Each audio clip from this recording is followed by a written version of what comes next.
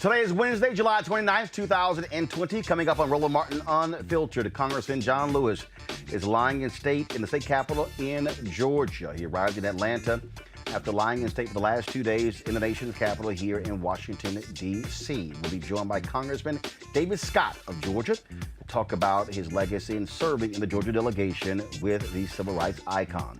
Presidential candidate Joe Biden released his plan for racial equity in the economy on yesterday. We'll break it down with one of his supporters, Delaware State Senator Darius Brown.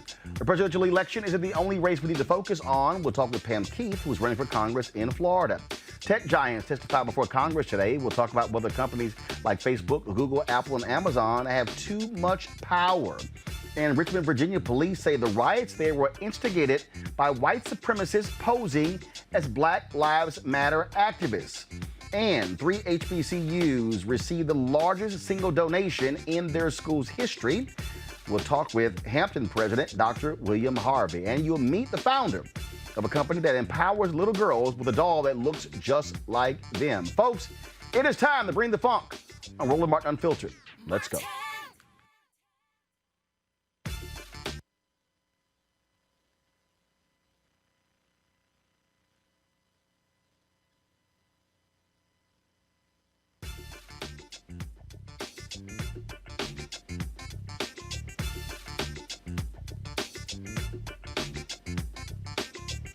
Folks, here's a live look of Congressman John Lewis lying in state as we speak at the Georgia State Capitol.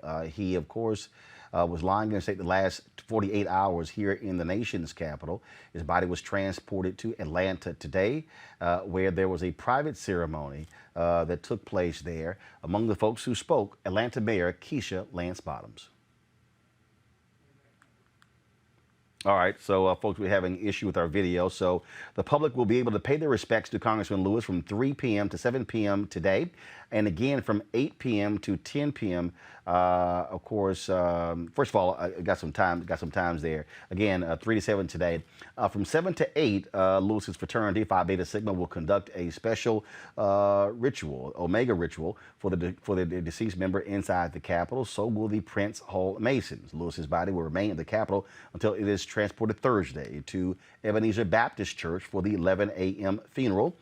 There will be a number, of course, all the broadcast and cable networks will be airing that as well. We'll be live streaming that right here on Roland Martin Unfiltered.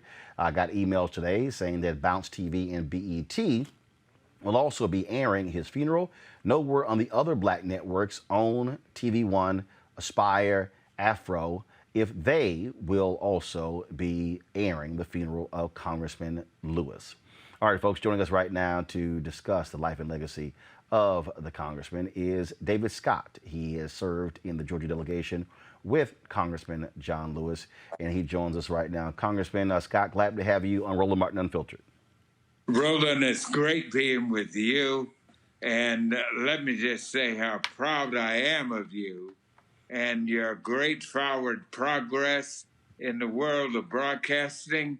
You're doing great, and you are standing strong for our great fraternity, Alpha Phi Alpha. Well, my brother, good to be on with you. Yes, sir. I certainly appreciate it. Thank you so very much. Let's talk about a man who you served in the Georgia delegation with, Congressman John Lewis. So many people came out in D.C. to pay respects to him. As we speak, folks are traveling through the state capitol there in Georgia to also pay their respects to the congressman and civil rights icon. Well, let me just tell everybody that, first of all, John Lewis was God sent. No question about it. He was called and anointed and moved through life with God's hand directing him. Let me tell you why I say that. John Lewis's mother and John Lewis's grandmother together named him John, after John, Jesus' disciple. And here's why this is important. And I want you to listen to me carefully. First of all, John was the only disciple that is constantly referred to as the disciple that Jesus loved. It was John the Beloved. John Lewis spent his entire life with building up what he called the beloved community. Move on through that and come up to the March on Washington.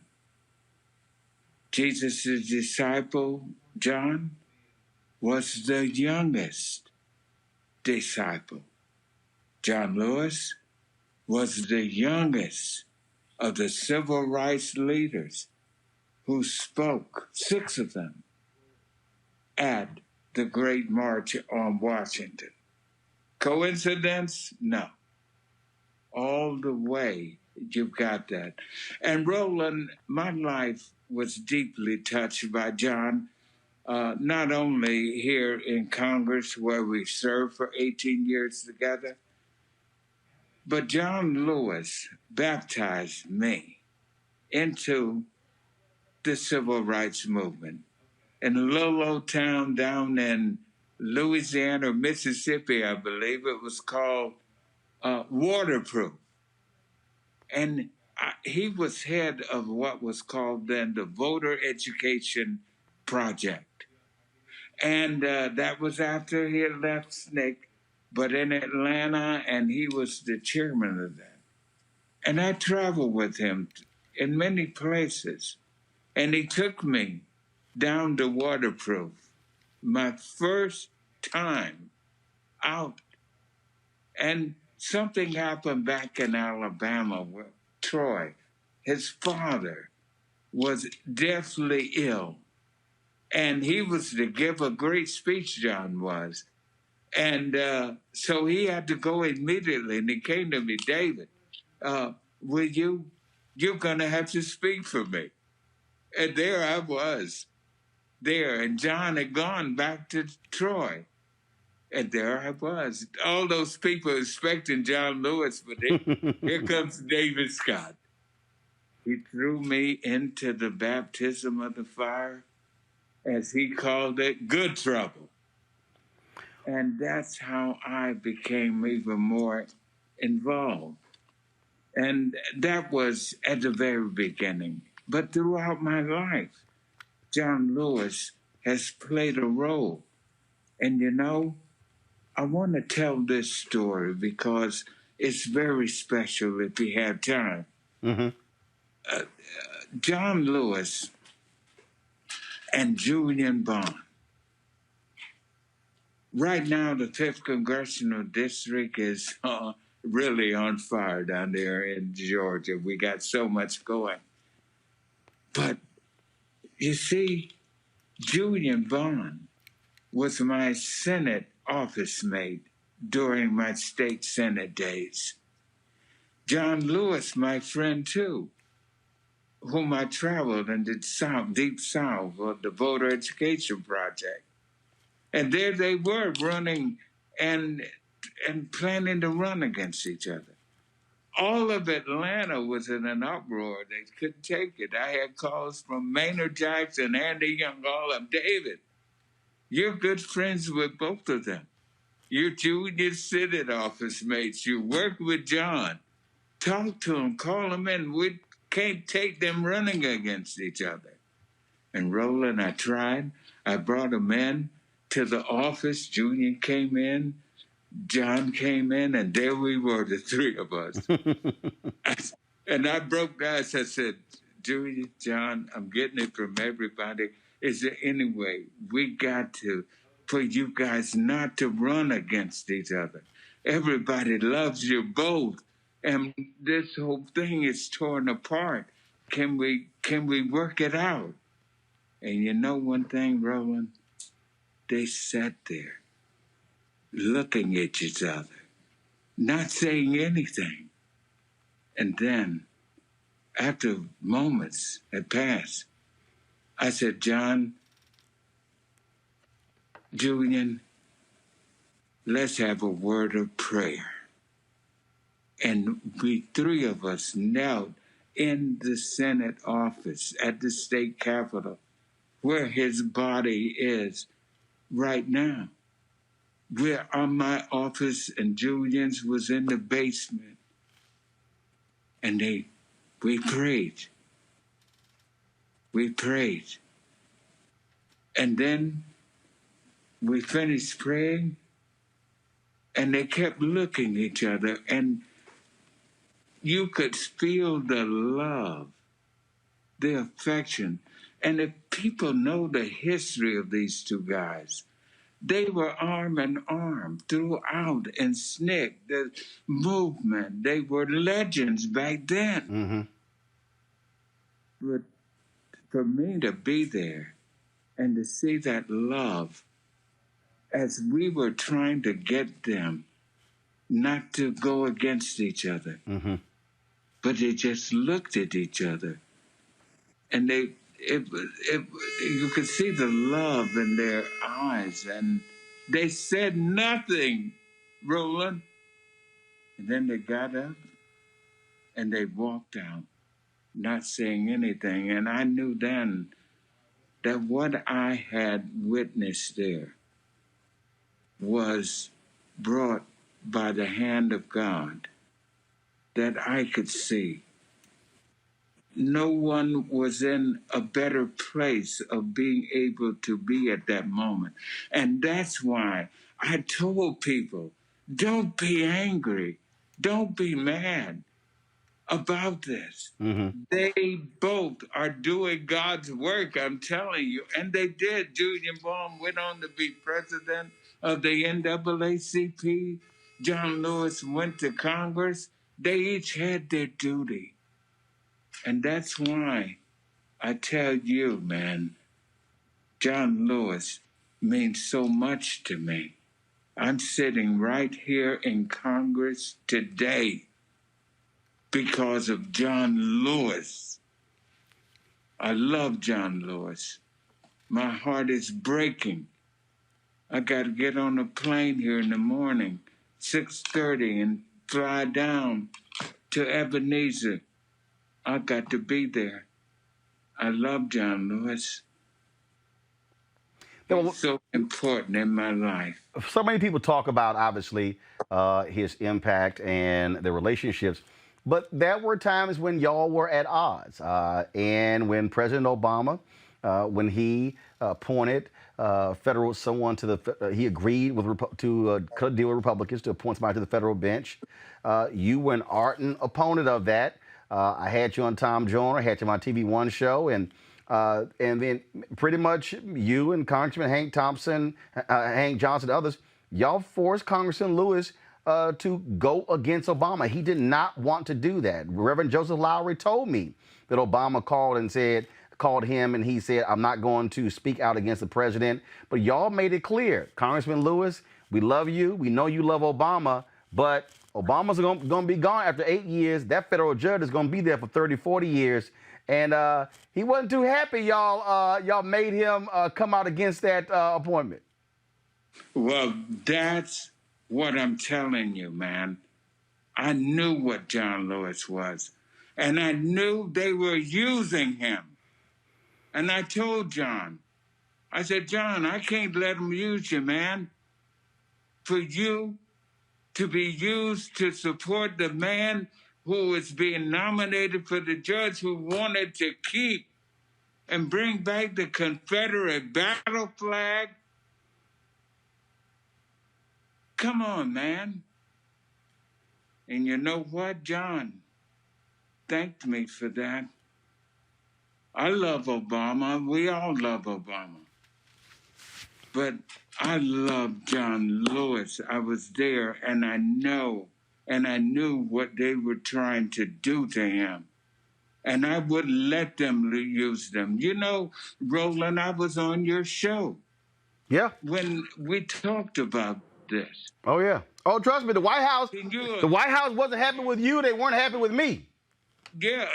Can you imagine right now with all of what is happening, with the symbolisms of the Confederacy and all of that? And here's John Lewis who fought that, man. He was there. He's the one. And you look at that picture crossing the Edmund Pettus Bridge, all there were, you see those Confederate flags flying as the state trooper has his baton knocking Jan Lewis in the head, the Confederate flag. I told him, I said, and he said, you know what, David? You're right. And he thanked me for not doing that. John is so kind. It loves everybody. But some of us, sometimes, the Lord got us there to protect him from being used. And I tell you this, we got to be careful even now that he not be used. We have a rich history and a legacy. God inspired, God delivered, and God wants us to protect that. And I'm glad that I did. Congressman David Scott of Georgia, we certainly appreciate it. Thank you so very much, my alpha brother. And we'll certainly look forward to commemorating his life tomorrow at the funeral at Ebenezer Baptist Church. Thank you, my friend. Appreciate it, sir. Keep up the good work. Will do. Thanks a lot. Let's bring in my panel now. A. Scott Bolden, former chair, National Bar Association Political Action Committee. Robert Patillo, executive director, Rainbow Push Coalition, Peachtree Street Project. Brittany Lee Lewis, political analyst. I want to start with you, Robert. You're there in Atlanta. How has the city and the state, how have they been mourning the death of Congressman John Lewis? Well, one thing about John Lewis is that he's not one of these. He was not one of these politicians who simply went off to to Washington D.C. and did not live in their district. He was ever present within the city of Atlanta. He would show up from everywhere, from Home Depot to a community meeting or a HOA board meeting. He campaigned in his last election the same way he did, with the same vim and vigor as he did in the first. And for that reason, everyone in Atlanta, it seems, has a John Lewis story. Everyone has a time that they met him, that he spoke to them in kind words, that he mentored them, that he gave that calming voice that he's so famous for having, in mediating problems and really becoming part of that establishment that helps this city go forward. It's immeasurable, the loss of John Lewis to this city, to this nation, to this culture and civilization. But I do think it's important that we honor his memory by continuing the fight for the things that he fought for. We have to have a new voting rights act in this country. There's no right more important than the right to vote, because the right to vote is dispositive of all other rights. We have to fight to make sure we are represented properly in the census, because the allocation of resources in this country is based upon being counted. We have to ensure that we fight for the poor and for the least of these. It's very easy to forget those who have not, because they have no voice. John Lewis was always that voice for the voiceless, and I think it's crucially important that we remember him and honor him by working for the causes he fought his entire life for. Brittany, it is when folks are reflecting on the life, we look at, again, all that is taking place thus far. The video we're showing you right now, this of course was when his body was being removed from the U.S. Capitol today to take him to the airport to fly back to his final resting place in Atlanta. I cannot remember the last African American, definitely who was a member, or even a member of Congress, who has received something akin to a state funeral for a president. Of course, when you think about the services that took place in his hometown of Troy, Alabama, lying in state in the Alabama state capitol. He was, of course, a native of Alabama, being transported to Thurgood Marshall, BWI, the motorcade, the police driving him to Washington, D.C., going past the MLK Memorial, the Lincoln Memorial, the National Museum of African American History and Culture, going up Black Lives Matter Plaza, and then going to the U.S. Capitol, lying in state in the U.S. Capitol. Now, of course, being taken back to Atlanta, the motorcade there, lying in state at the state capitol there. I don't know of another African American living who, when they pass, will get this sort of presidential type of homegoing. Absolutely. I think John Lewis is just so important because he's symbolic of our struggle as Black people, but really of the American fabric over the last 4 generations. I mean, I know so many of us know his history, but just to kind of remind us who we're dealing with, this is someone who in 1961, was one of the original 13 Freedom Riders. This is someone who was a part of the quote unquote Big Six, who was one of the youngest speakers at the March on Washington 57 years ago. This is someone who has been incarcerated and jailed repeatedly, year after year, decade after decade. This is someone who spent his last 20 years, in the House of Representatives. This is by all means, and I know the Black radical tradition shies away from this term, but this really is a giant, if you will, in our community and in the United States. So I agree with you there, Roland. I don't think we've seen anyone in quite a long time get this type of treatment, but John Lewis of all people deserves it. And I also agree with the comments that were made earlier. We need to continue to fight in his name. We need to continue to get in good trouble. I just pray that he is not sedated. His legacy is not sedated, much in the way that we see Martin Luther King's and some of these other historical giants. I get very scared of the performative things that are happening. They should be done because this man deserves it. But I'm petrified of the performative realities as we continue to fight in 2020 through this upcoming election. Some of the same tumultuous things that were happening and have been happening over the last couple of decades. Scott, the video we're showing right now is when his body was being they were at, of course, the airport there in Washington, D.C. His body's going to be transported to Atlanta. That plane there, that is one of the planes from the Air Force Fleet that normally carries the President of the United States, Secretary of State. Again, that says a whole lot in terms of how this nation felt about John Lewis. To Brittany's point, I think that's really our responsibility. That is, as Black folks, what we cannot do is we cannot allow the narrative to be written and controlled by others. To do what I often say, we create these civil rights mascots. I always say that Dr. King has been turned into this sort of bobblehead figure in terms of how people treat him and talk about him. We, as Black folks, have to be the ones who constantly remind this generation and the next generation that John Lewis, before he was Congressman John Lewis, was a radical Black revolutionary who was fighting for the freedom of Black people. And unapologetic about it. He was not popular. He wasn't loved by Republicans and Democrats alike when he was coming through as part of the Big Six.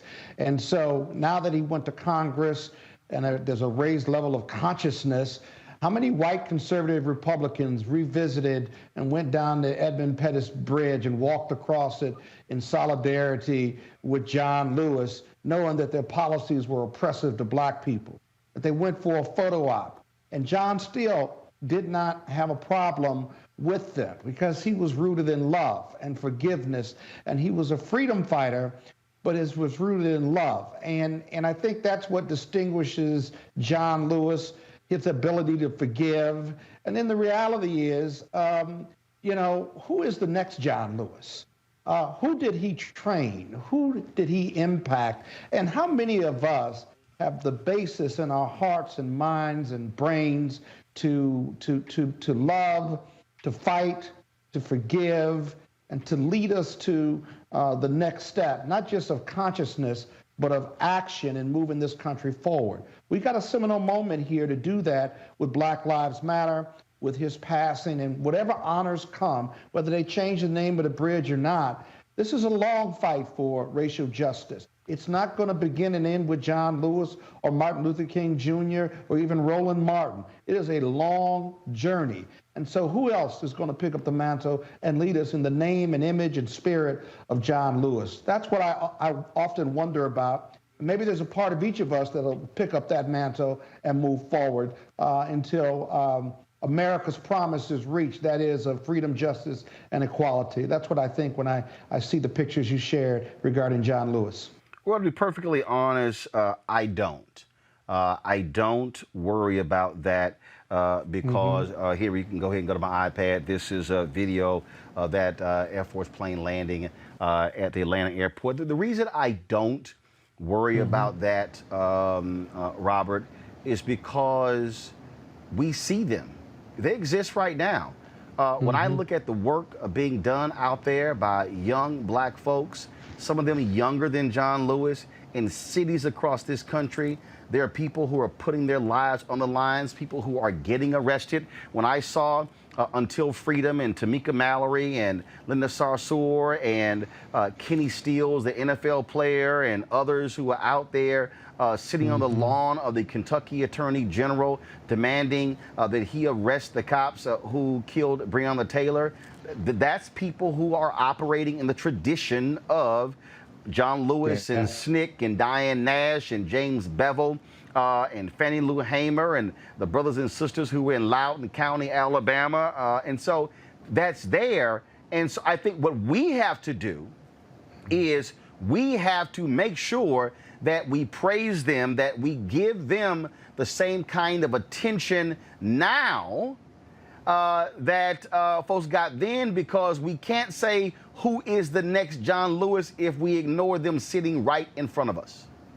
You're absolutely correct. Good And point. I think I personally know some outstanding young leaders, people like Mary Pat Hector, formerly of the National Action Network, James Woodall, the Georgia president of NAACP, 26 years old, Gerald Griggs, a justice fighter. We have so many young people who are picking up these torches, who are ready to fight, and who sat at the knees of the giants, who sat at the knees of those who went before to learn those lessons and find out how they can translate that energy into passion, that passion into policy. Think about how long we've been having these discussions about Confederate monuments and Confederate flags. It was this generation of young people who decided to just go down there, put a rope around it, and pull it down. And now we're not having a discussion about it. They're all coming down. So this level of intensity is almost as if while this nation currently is going through this metamorphosis, this racial reckoning, that we're seeing some of our older lions go on to the other side, almost handing off that baton because they know that we are in the proper hands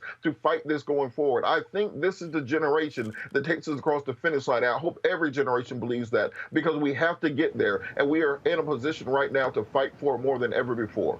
Brittany, you are more historian as opposed to political analyst, and I think the problem that we have today is that we do not have, let me be real clear, we do not have black media that has the intensity to raise those voices, because if mainstream is ignoring them, we have to be the ones who tell their stories. And so if we're talking about, and I think we can't let people somehow freeze us in time to somehow believe that as our elders move on to become ancestors. We've lost Dick Gregory and Reverend Joseph Lowry and Reverend C.T. Vivian and Juanita Abernathy and Dorothy Cotton, and it goes on and on and on. Those numbers are dwindling. They are now in their late 70s, in their 80s, in their 90s. I think about Harry Belafonte. Our job is to be able to let folks know who's doing the work today, so we don't just get locked and somehow think that it was late 50s and 1960s and we just sort of skipped 40 plus years. Wow, you brought up a few excellent points, Roland. I think one of the first points that we need to pay attention to, like you brought up, is media, absolutely, because the media has been so important in our communities, historically speaking, especially through the newspaper, but through television media as well. And I think that's why your show specifically is so important. And Black media really needs to be on the forefront of all of these conversations. It's imperative for us. But I also think it's really important as we talk about the Black community as a whole and we talk about leadership. I made this comment earlier about the Black radical tradition. And if you read some of our, forthright thinkers in terms of the Black radical tradition, if we talk about the legacy of Ella Baker, if we talk about the legacy of Maxwell Stanford, which was Muhammad Ahmed of the Revolutionary Action Movement, one of the precursors to the Black Panther Party, these folks are saying, as they're reflecting, which is why it's so important for us to have these intergenerational conversations, these folks are saying that it's the egalitarian style of leadership that is so important, not a single charismatic leader. So I say that to say it's very, very important. One, the media. Two, recognizing that there are leaders out there, but it's actually an egalitarian style that most of our ancestors were pushing towards for very specific reasons. Well, I do have to say this here. I think we also make a mistake, because what we have done is we've allowed white folks to even set that narrative. here's the deal. During that period, it wasn't just Dr. King. It was, as you said, Ella Baker and Fannie Hamer. It was Dorothy Height. It was Septima Clark. It was Roy Wilkins with with NAACP. It was Whitney Young with the National Urban League. It was CORE with James Farmer. It was Reverend Fred Shuttlesworth. There were people, Ella Baker, Barbara Ransby break this down in her book on Ella Baker. There were people who were in all these different cities. Those 4 freshmen at North Carolina A&T, they were not a part of any group. They decided that on their own. And so the reality is national white media created this whole deal where it was Dr. King, everybody else. When Dr. King got the Nobel Peace Prize, he accepted the Nobel Peace Prize on behalf of the movement and gave the money to multiple organizations. And so really what this generation has done is really do exactly what they did. The difference is that, again, yes, folks don't believe this one central figure, but I think that's also is because how that was reported and how it was framed. Folks, real quick, because I got to play this by, and then my next guest is waiting. Go ahead. But these unsung heroes are what you're talking about from communities around the country who did Dr. King's work, not because they wanted not because Dr. King had asked them, because they took up the mantle, whether it was Joliet, Illinois, whether it was Carson City, California, or some small town called Troy in Alabama. These people were motivated. These African Americans and those that didn't look like us were motivated. They were lieutenants and unsung heroes of the movement because they had to be. Because otherwise, Dr. King couldn't have gone to every state and every city and motivated them. We now have that clip available of Atlanta Mayor Keisha Lance Bottoms speaking at the private ceremony in the state capitol today in Atlanta with the body of Congressman John Lewis. Governor Kemp, Dean Smyrie, John Miles, and to the family. Some 85 years ago, the great Langston Hughes wrote of the promise and pain of America. Let America be America again. Let it be the dream it used to be. Let it be the pioneer on the plain, seeking a home where he himself is free. America never was America to me. Let America be the dream, the dreamer's dream. Let it be that great, strong land of love where never kings connive nor tyrants scheme that any man be crushed by one above. It never was America to me.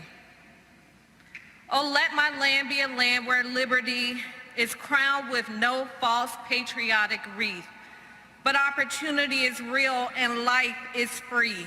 Equality is in the air we breathe.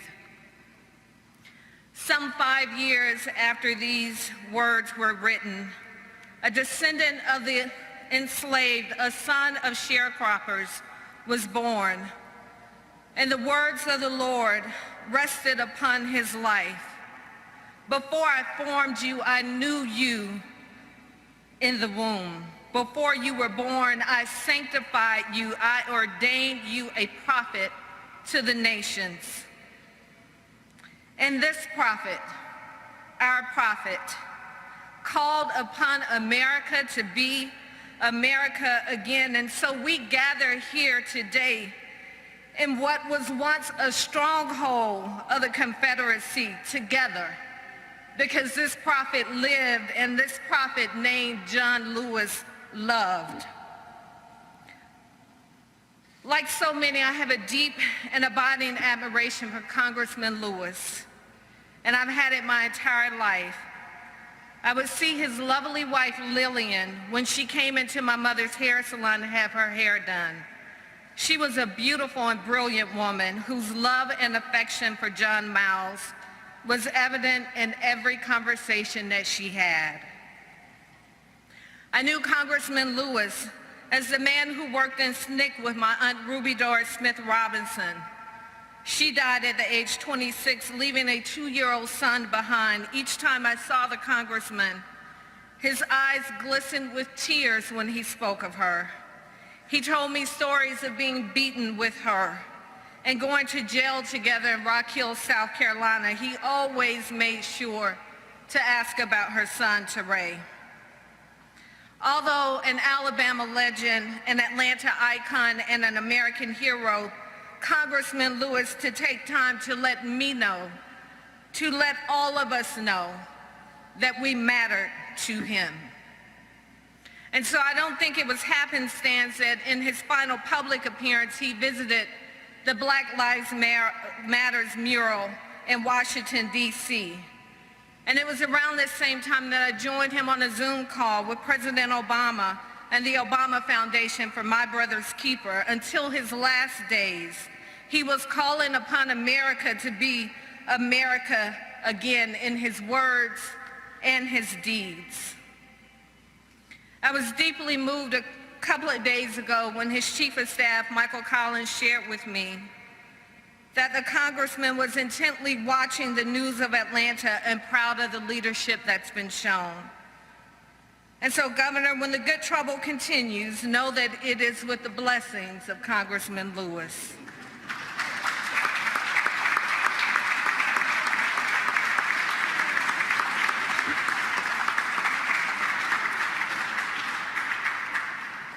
And although the fight for liberty and equality continues, Congressman Lewis reminded us to be hopeful, to be optimistic, and to never lose a sense of hope. Oh, let America be America again, the land that never has been yet, and yet must be the land where every man is free.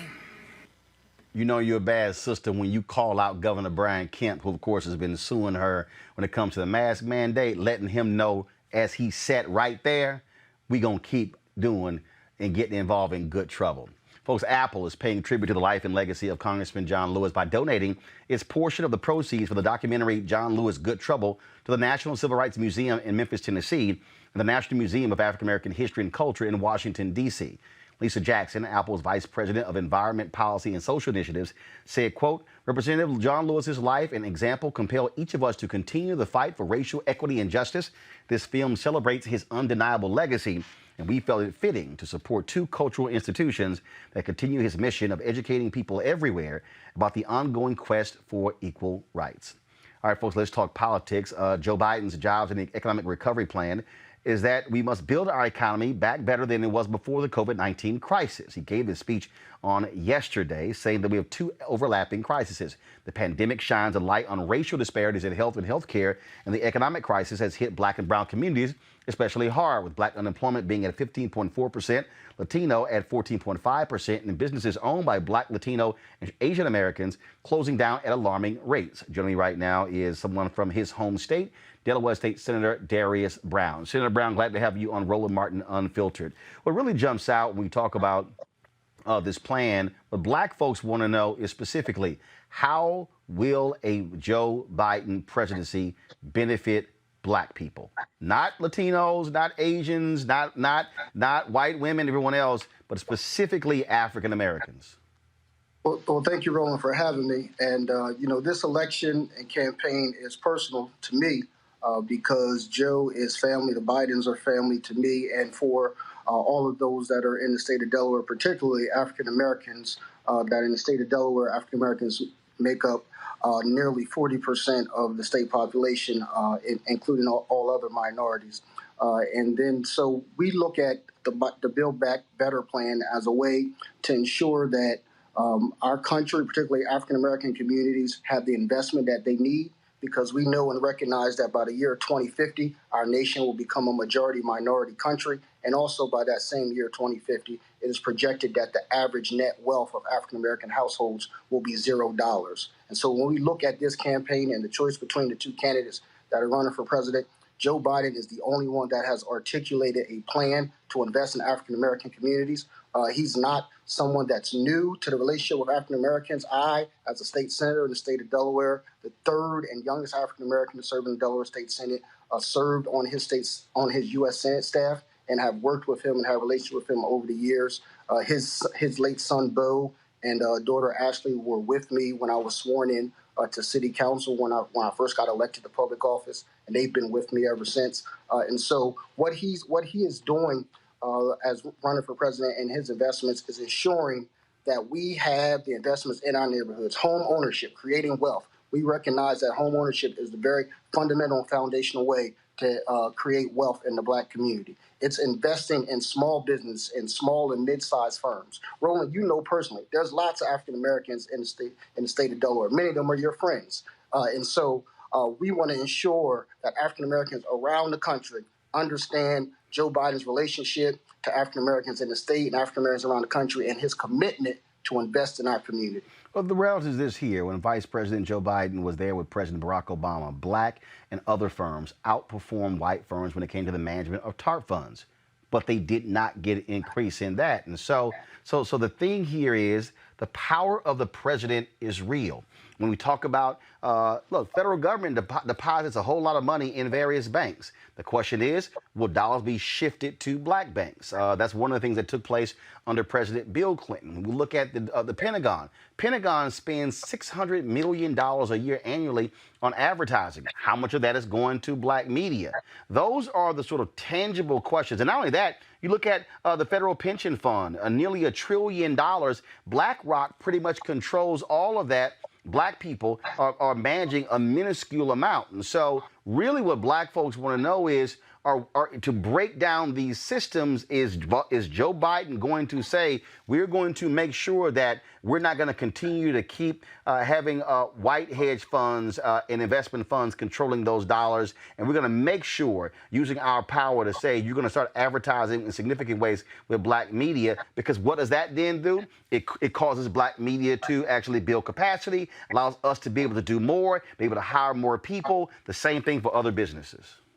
Yeah, Roland, the African American community knows very well that between Joe Biden and Donald Trump, Joe Biden is the only person committed to investing in our community and has a record in leading reinvestment after the economic downturn. And so also with that, we already know Joe Biden's commitment through his Build Back Better plan is that what he's going to do for America and for African Americans is ensure that we generate wealth through home ownership, through small business loans. He's going to work within the federal government system to make sure that the Consumer Federal Bureau is ensuring that our credit scores and our credit rate is being assessed differently than it has been historically in the past. He's also committed to ensuring that he's going to look at student loans and addressing student loan debt and moving that student loan debt from us, which for many of us as African Americans, we recognize and understand is a barrier for upward mobility and financial freedom. So those are commitments that Joe Biden has made that Donald Trump has not articulated. He continues to be divisive. He continues, as Mayor Lance Bottom talked about, continues to push and press upon the pain of our country instead of the promise of our country. And Joe Biden has been committed in saying that he wants to restore the soul of our nation. And that also helps us as African Americans.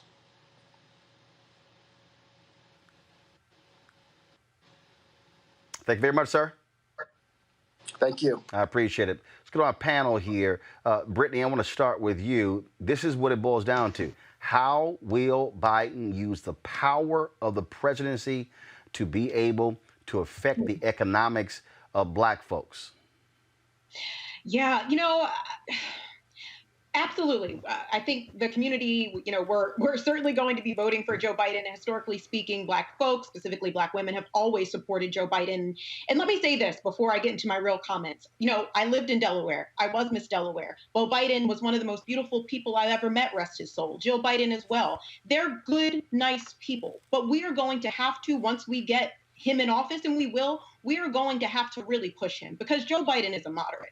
He is a moderate Democrat. So we are really going to have to push him in terms of his police reform ideology, in terms of, I heard a lot of banter about, we have to get wealth back into the Black community. So yeah, it does come through housing. It does come through private property. It does come through the economy. And we know he's more legitimate than Trump in terms of reversing the virus, in terms of, building back the economy. But we're going to have to continue to push him and ensure that he is putting things that are set in stone federally to help the Black community, because historically speaking, he is a moderate.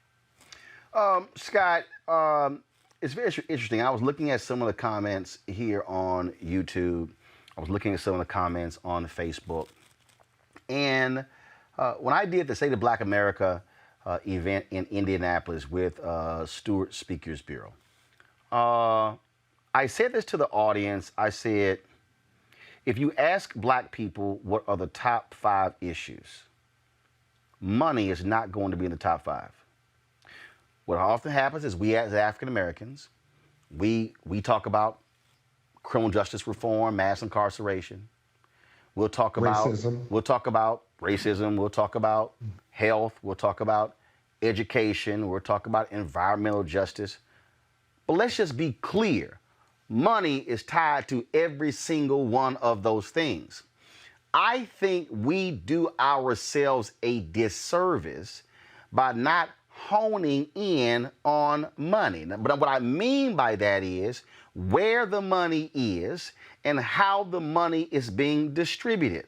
Like I said, when I sat at the Treasury Department under Obama in 2010, and they said that black and other minority firms were outperforming the white firms on the management of TARP funds, my immediate reaction was, does that mean they're going to get more?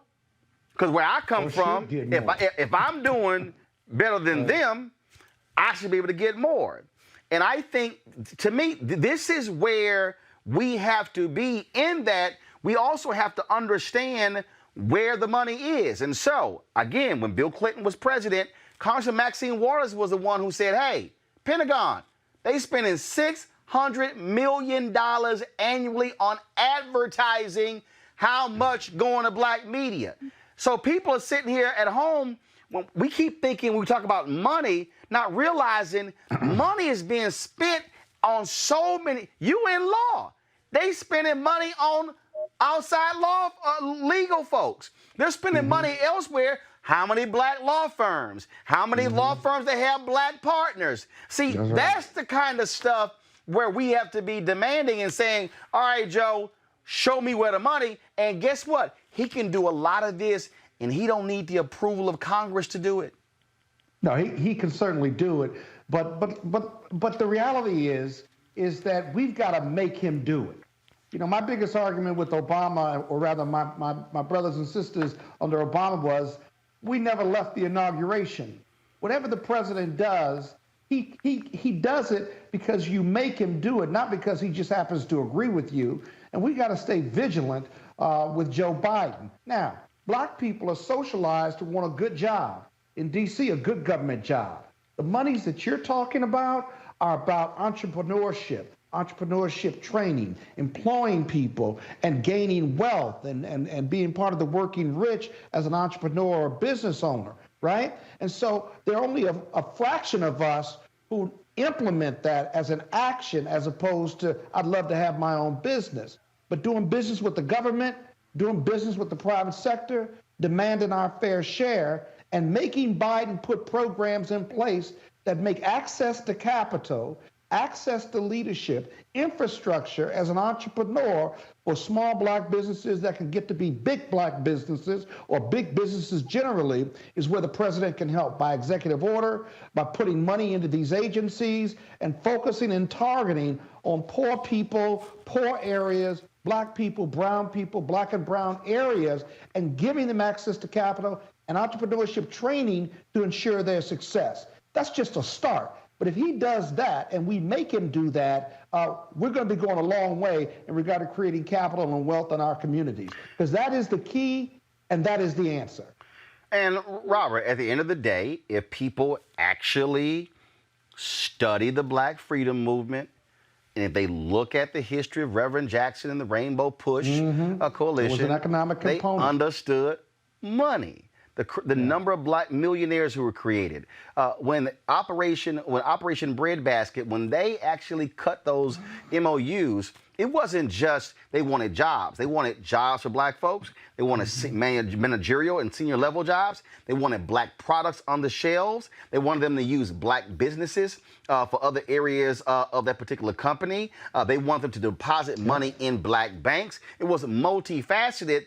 But Robert, we have to have organized infrastructure to Sky Points to make that possible, which is what I laid out when Diddy made his big announcement. I said, man, look, you can't just make an announcement. You got to have the infrastructure to say, this is how we're going to actually make it happen. Right. And that might mean letting Biden know if he wins, we'll drop 1,000 people in front of the White House and chain ourselves to the fence to get your attention on these issues. And yes, black people did not do that with Obama because we were so elated with the first black president, we forgot he was the 44th. Robert. Exactly. Well, just as Reverend Jackson said, for 50 years, it's jobs, justice, and equal opportunity and the American dream. And that's what we have to be fighting for at this point, because we've done all of the symbolism. I drove to Washington, D.C. for the inauguration the first time. We all were excited in '08, but now it's 2020, and we need to have some tangible benefits put on the wall. I remember in 1959, going to the 1960 election, JFK said, I can solve all of your problems with the stroke of my fountain pen. We need to be demanding that of this upcoming administration, because what we've seen from Trump is an imperial presidency, a presidency which dares the Congress and dares the court to overturn what they have done, who would rather ask for forgiveness than beg for permission on many of these issues. So I want to see that same militancy, that same imperialism in the White House. I want to see that on the behalf of Black America. How much money is the Pentagon spending on research and development at places like Boston College or Harvard or Caltech? And how much of that can be done at FAMU or Clark Atlanta or Alabama A&M? What we have to realize is the money is there, and it does not have, we can't just sit here and say, well, Mitch McConnell won't let me do it. Well, John Boehner and Eric Cantor, there's always going to be an excuse not to do it. Do all the things that you can with a stroke of a pen, and once that money is appropriated, we have to demand that it goes to our communities, because if we get okey-doked again, as the prophet George W. Bush said, fool me once, shame on me. Fool me twice, you ain't gonna fool me again. Well, but remember, but remember, Democrats only have to take four seats to control the Senate. If Democrats, the polls are showing right now that Mark Kelly is up big in Arizona. You've got Hickenlooper up big in Colorado. You've got Susan Collins down 5 points in Maine. That means if Democrats pick up Tillis' seat in North Carolina, very doable. Pick up one or two of those seats in Georgia, or pick up the seat in Montana. This is assuming Doug Jones loses. He is running in Alabama. They now control the Senate. But here's the piece. That's great. But here's what's going to happen. If they get a slim majority in the Senate, what's going to happen is that gives more power to conservative senators like Joe Manchin to hold stuff up. Like we saw, even when Obama was president. Everybody forgets the first 2 years Obama was president. Yes, Democrats controlled the Senate, but you had folks like Joe Lieberman who held things up, and so you didn't necessarily have actual control because they play games with that. But again, this is where black people have to be willing to make those demands. I'm just going to give y'all a real quick story. We were just telling y'all about Lisa Jackson, who's the highest-ranking African-American at Apple. Let me tell you what this actually happened. When they had the BP oil spill down in Louisiana, Obama, when they went down there, they had a meeting, and so that was a woman who was a former head of the EPA. Why is her name escaping me? I think it's Wheeler. It's escaping me right now. She was a former head of the EPA, and she was Obama's environmental czar. So they said, I think Carol Wheeler, I think is what it is. So they were like, she's the only person who's going to be speaking. And I'm going, hold up. The head of the Environmental Protection Agency is a black woman, Lisa Jackson, who's from New Orleans. And so they said to all the media, well, they only sending out Wheeler to all of the shows. And I went, so just so y'all know, this is exactly what I told the Obama White House. Look at here. It's only going to be one person talking on my show, Washington Watch, this weekend about this damn oil spill in Louisiana. And that's going to be Lisa Jackson. So y'all figure out whatever y'all want to figure out. But all I know is I ain't accepting nobody except Lisa Jackson. Now, come Friday when we tape that show, Lisa Jackson walked into that studio, did the interview. Point I'm making is I was unwilling to accept whoever the Obama administration sent to me, and I'm just gonna give y'all one more, okay? We covered the My Brother's Keeper deal. I got one interview with Obama in all his 8 years. I got one interview, it was 2010. They kept, and they wanted us to cover this and cover this and cover this, and I was like, okay. So it finally got to the point where I said, no, that's all right. So they would call me and they would be like, hey, could you have Broderick with My Brother's Keeper? No. I said, I ain't covering nothing else until Obama consent to an interview. And they called me, they're like, but I said, can we do a special? No. Could we have? No. Matter of fact, they had a panel at Congressional Black Caucus ALC. I pulled my cameras out. They were like, well, I said, no. I'm not going to keep covering stuff if he not going to sit down with us. So at some point, you've got to be willing to walk away from the table as opposed to accept nothing. And all I'm saying to black, here's the deal. I want Trump out. Hashtag fire Trump in November. But let me be real clear right now. And I told y'all this in 2016 after he won. And I told y'all this after the midterms in 2018. And I said this to Tom Perez, who heads the DNC. I said this to the DCCC, to the DSCC, to the Democratic Governors Association, to Emily's List, and all these other groups out there. These folk gonna spend more than $1 billion on this election. Let me let y'all know right now, and I told y'all, black folks are not going to be political sharecroppers. We're not going to till the soil and work the land and then other folk who don't look like us benefit. So while the Biden campaign right now and the Democrats are gearing up, we damn sure better see substantial investments in black media when it comes to advertising. We better see substantial investment when it comes to black operatives, money on the ground, black folks who have audio-visual companies, black folks who have paper, black folks who have catering. That's what it is about. And I'm telling you, I want to see Trump absolutely gone, which means Biden needs to take him out.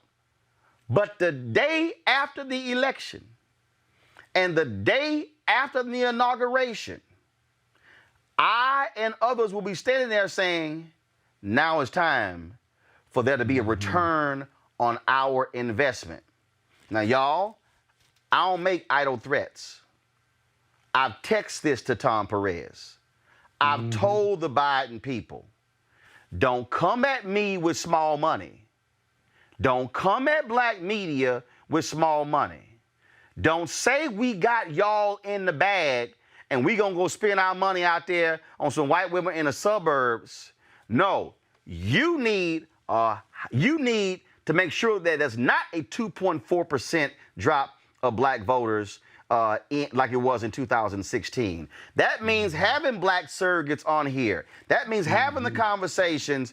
But I'm telling y'all right now, don't you have, I want y'all to hear me loud and clear, Democrats, don't you have your white media buyers playing metric games with black media? The budget had better be substantial, and if it's not, I will call you out every single day. How you spend with black people in the election is how you will spend with black people in the White House. Folks, there are 96 days left until the 2020 elections. Voting Donald Trump out of office obviously is extremely important, but here's the deal. You can't do that unless you're actually registered. Now, go to my iPad, Henry. This is vote.org. It has all of the information right here, okay, for you to sit here to find out. First, you need to check if you are registered. You can do it right here at vote.org. Second, if you are not registered, you can do it right here. If you want to request your application to vote by mail, then you can do it right here. You can also check to get yourself an election reminder, pledge to register, find your polling place, as well as fill out the 2020 census. That's what we want all of you to do. And so it is critically important, and we've got to elect folks, again, who have our best interests. One of the folks, you've seen her on the show, is Pam Keith. She has run a couple times for elected office before. She's now running for Congress there in Florida. She joins us right now. Pam, the district you're running in, where is that? What is the breakdown racial of that particular district? And give us that kind of information. Hey, Roland, thank you for having me. I am coming to you from Florida's 18th Congressional District. And what's so interesting about this district is it's not a predominantly African-American district, but it does have a key component that is very, very important. And it is in the St. Lucie County area. We have Fort Pierce. It is a historic Black community. It has to turn out at extremely high levels in order for Democrats to carry the district. But this district just recently got moved from safe Republican to toss-up. That's a big, big move. That's partly because of the strength of my campaign, but it's also because of the unpopularity of Ron DeSantis, our governor, who is just botching the coronavirus response. So are you running against an incumbent, or is this an open seat, openly contested seat? It's currently held by a Republican. So it is a red-blue. It is it is a true swing district, although to be honest, it's actually more a seesaw. So this is one of those seats that Obama won in 2008. It went to Donald Trump in 2016. It was held by a Democrat as recently as 2016. So the Dem votes are here, but they don't always turn out. And so now, first of all, Florida, which is weird, Florida has its primary in August. And then you got to turn right around and run not even 90 days later in the general. Exactly. And that's the way the GOP legislature of the state wanted it. Because when you have a very late primary like that, you force the opposing party to spend a lot of money in primaries. And you, as the incumbent, have the advantage because you can hold on to your money and you have a very short period between the primary and the general election. So that's one of the things that handicapped Andrew Gillum. If you can recall, before the primary, he didn't have a lot of money. He didn't have a lot of infrastructure. He won the primary. He raised $11 million just like that. But it had to be raised and deployed and made useful in such a short period of time. And that's the same thing that happens in most cases. The good news for me is that our campaign is so strongly positioned that we can start spending on general election messaging now, but we need to bring in every dollar that we can from the very beginning. There is no half measures. You got to be thinking about that all the time. So are there other candidates running on the Democratic side? There are. I have a primary challenger. He's a first-time candidate, and I don't think it's an exaggeration in any way, shape, or form to say that I am the front runner. I picked up the endorsement of the paper of record. I've been endorsed by like Alcee Hastings and Lois Frankel and Al Lawson, some of our senior congressional delegation. And I'm bringing together the two wings of the party. I've been endorsed by Senator Elizabeth Warren from the progressive side and Working Families Party, but also from our more establishment Democrats and, of course, the collective and Higher Heights, all of it coming together with both vets. I'm a veteran, so that's the coalition that we need to win. But what's really happening here, Roland, is that in addition to Democrats being strong, the Republicans are becoming more and more weak because of the coronavirus problem, which is not just causing a bunch of death. We have a huge unemployment benefits problem in our state, but mostly it's killing off our tourism revenue. I mean, can you imagine a state where a full third of their revenue comes from taxes related to tourism, and the tourists aren't coming because our state's a mess? that's a huge economic problem that's on the horizon. What's the most important 2 or 3 issues for you if elected to Congress? I think more than any particular issue, we need to change our methodology. I was listening to what you were saying about our expectations as a community. And one of the things that is most different about the way that African Americans approach political leverage, which is different than, let's say, corporate America approaches political leverage, is we ask for ideas and concepts. We say we want justice, or we want funding of HBCUs, or we want more Pell Grants. But what we don't do is say, here's our proposal with a certain dollar number figure in it, a schedule for when those dollars are going to be disbursed, to which institutions. That's the way that the lobbyists for oil and gas or healthcare or big pharma, they don't come to members of Congress and say, we want a better deal. They say, let me show you the deal I wrote for you, and this is my expectation of how many votes you're going to whip to get it done. That's a totally different methodology.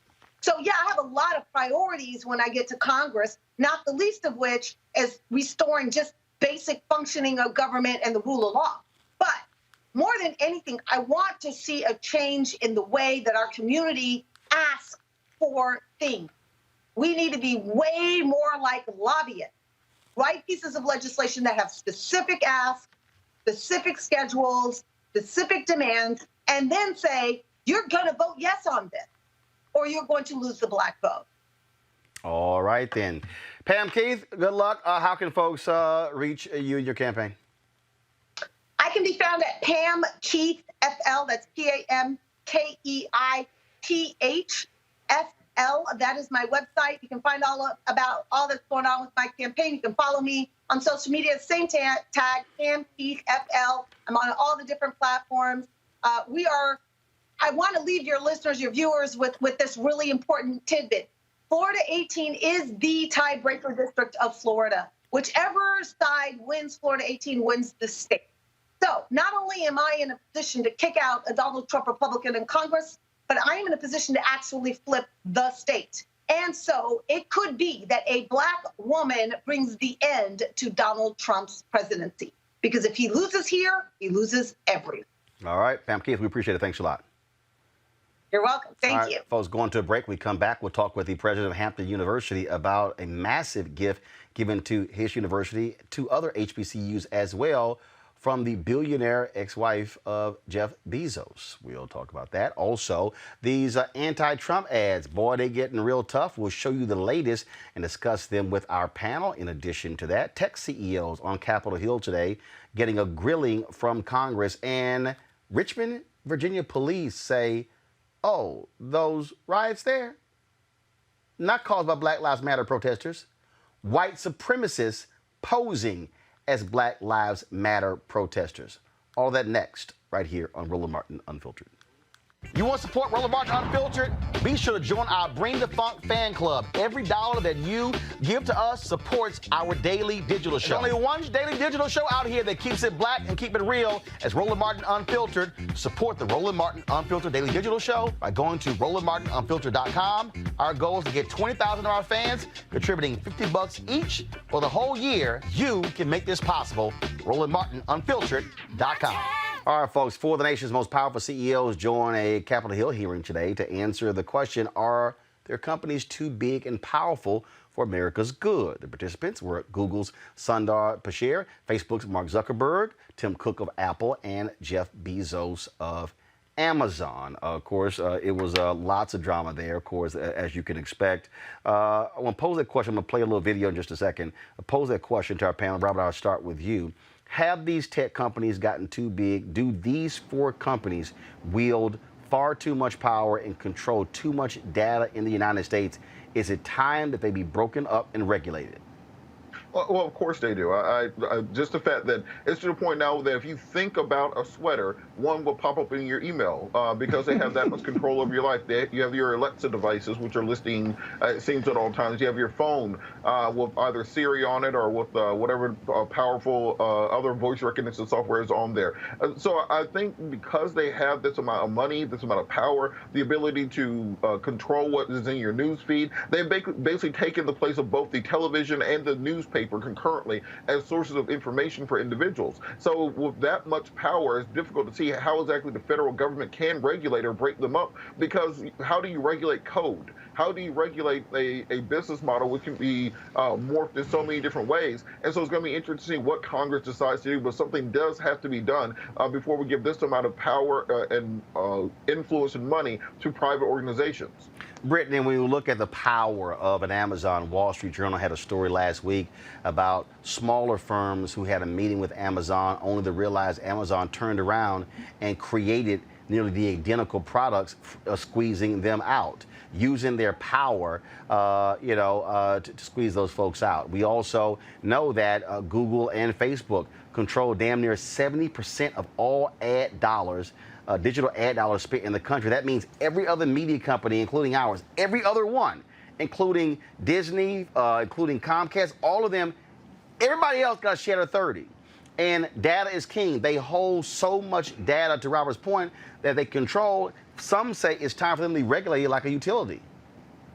Absolutely. And I think that's why these antitrust committees exist, is because at the end of the day, we live in a world, especially a conservative-run world, which unfettered capitalism, it's just not checked. And that's how you end up with these major monopolies that are too big and too powerful. If people haven't already watched it, I highly recommend they check out the documentary on Cambridge Analytica. It's called The Great Hack, that came out in 2019, if they haven't seen it.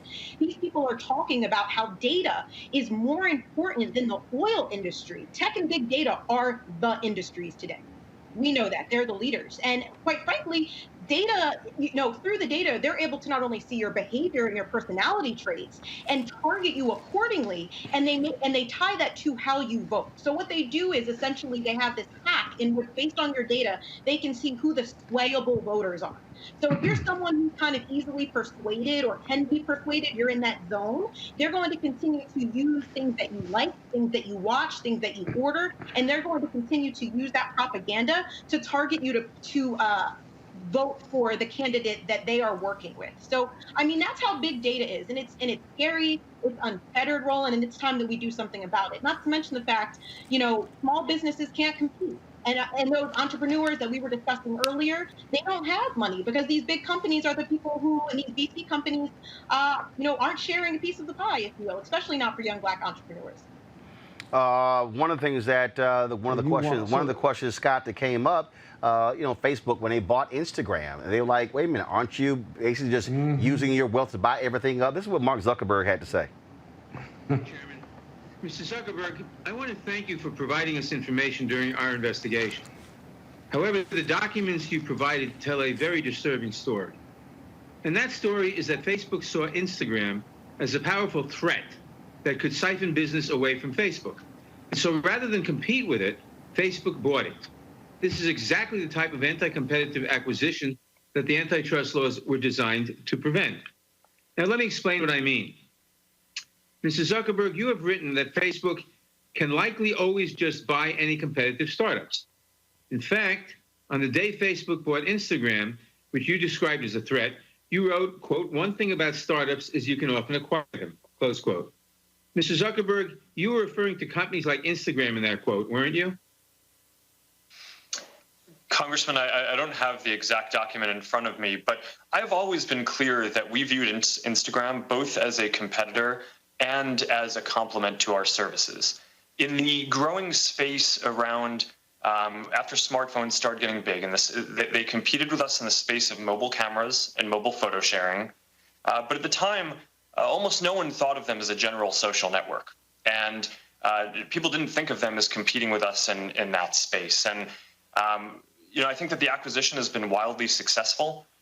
We were able to by acquiring them, continue investing in it and growing it as a standalone brand that now reaches many more people than I think either Kevin, the co-founder, or I thought would be possible at the time, while also incorporating some of the technology into making Facebook's photos sharing products better. So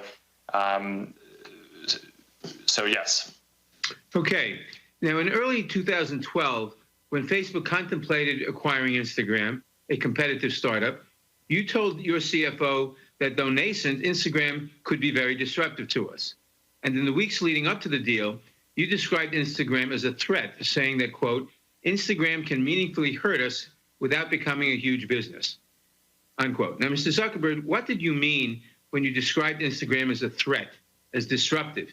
And when you said that Instagram could meaningfully hurt Facebook, did you mean that consumers might switch from Facebook to Instagram? Congressman, thanks for the opportunity to address this. At the time, there was a small but growing field of Did you mean that consumers might switch from Facebook to Instagram? That was my question. Thanks, Congressman. Yes or no? Did you mean that? In the space of mobile photos and camera apps, which was growing, they were a competitor. I've been clear about that. And fine. In February of that year, in February 2012, you told Facebook's chief financial officer that you were interested in buying Instagram. He asked you whether the purpose of the deal was to neutralize a potential competitor or to integrate their products with ours in order to improve our services.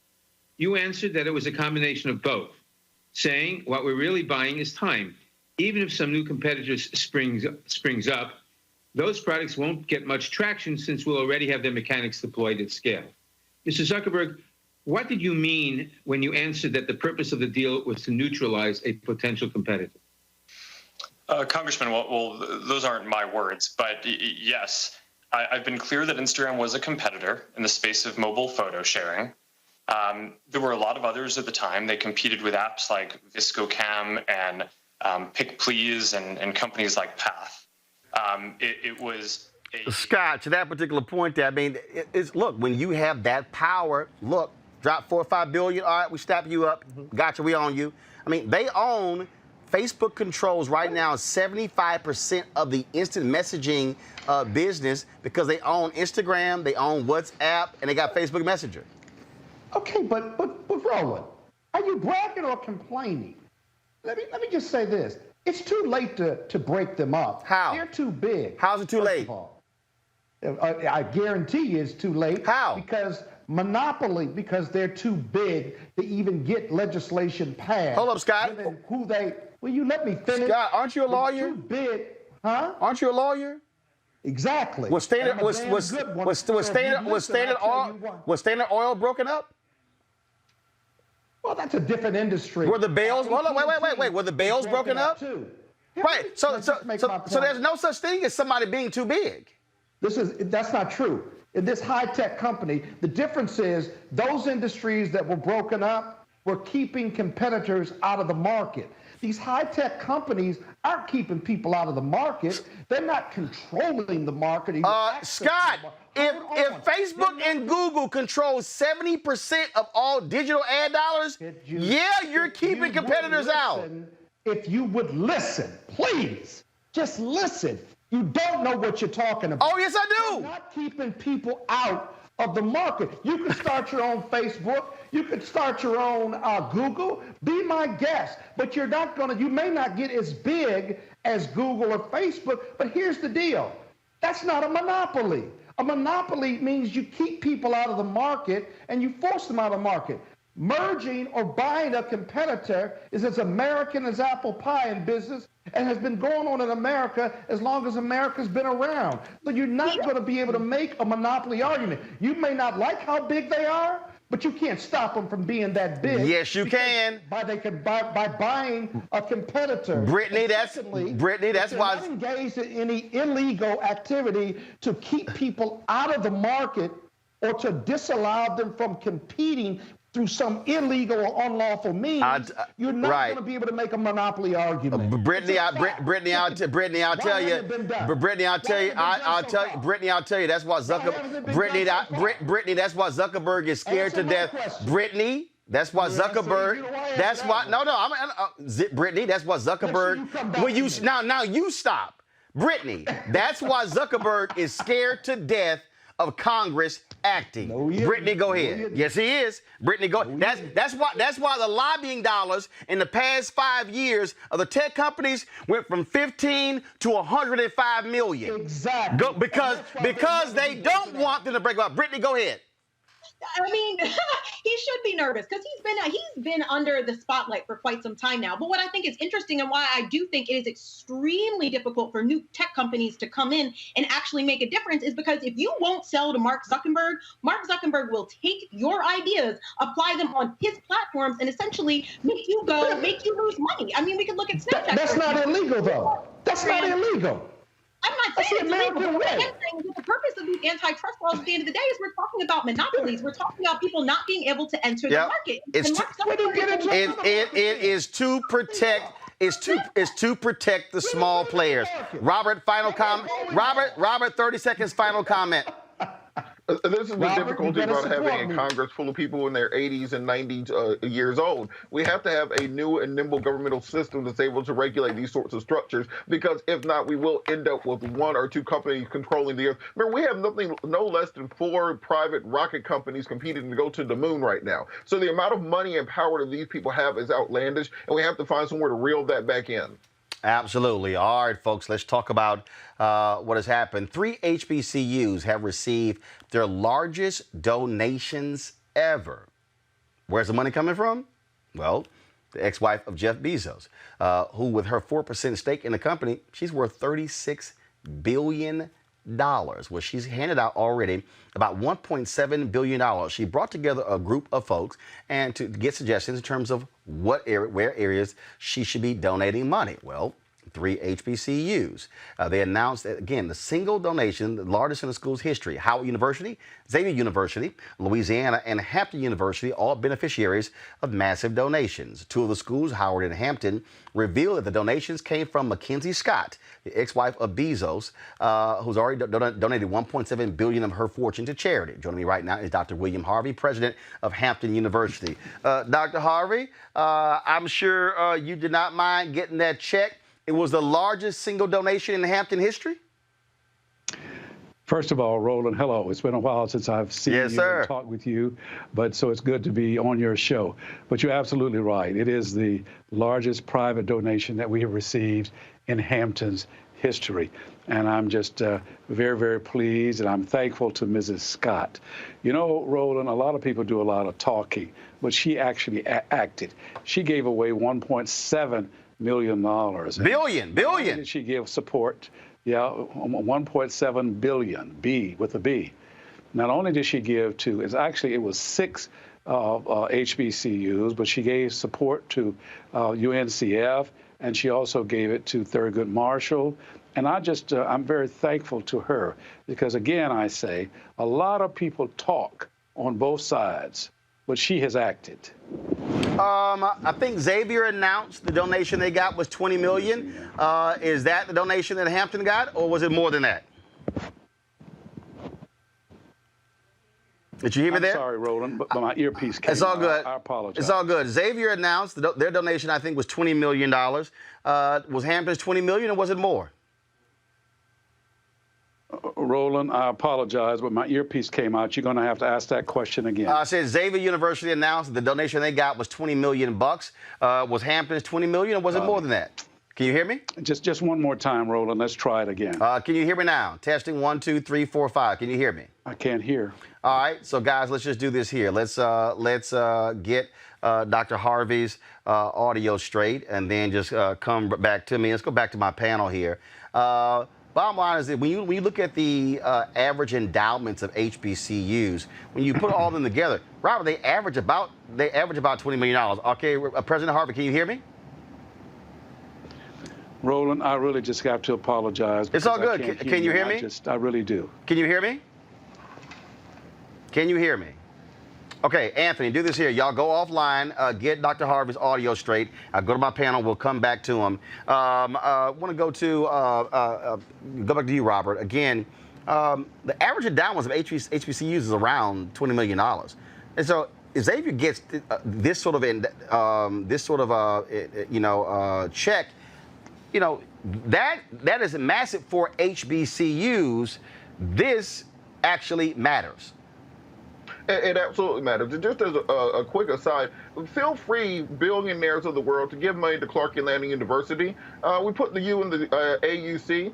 Plenty of great people, including myself, came from there. So please, if you're giving millions and millions of dollars to HBCUs, feel free to drop it off at Clark Atlanta University.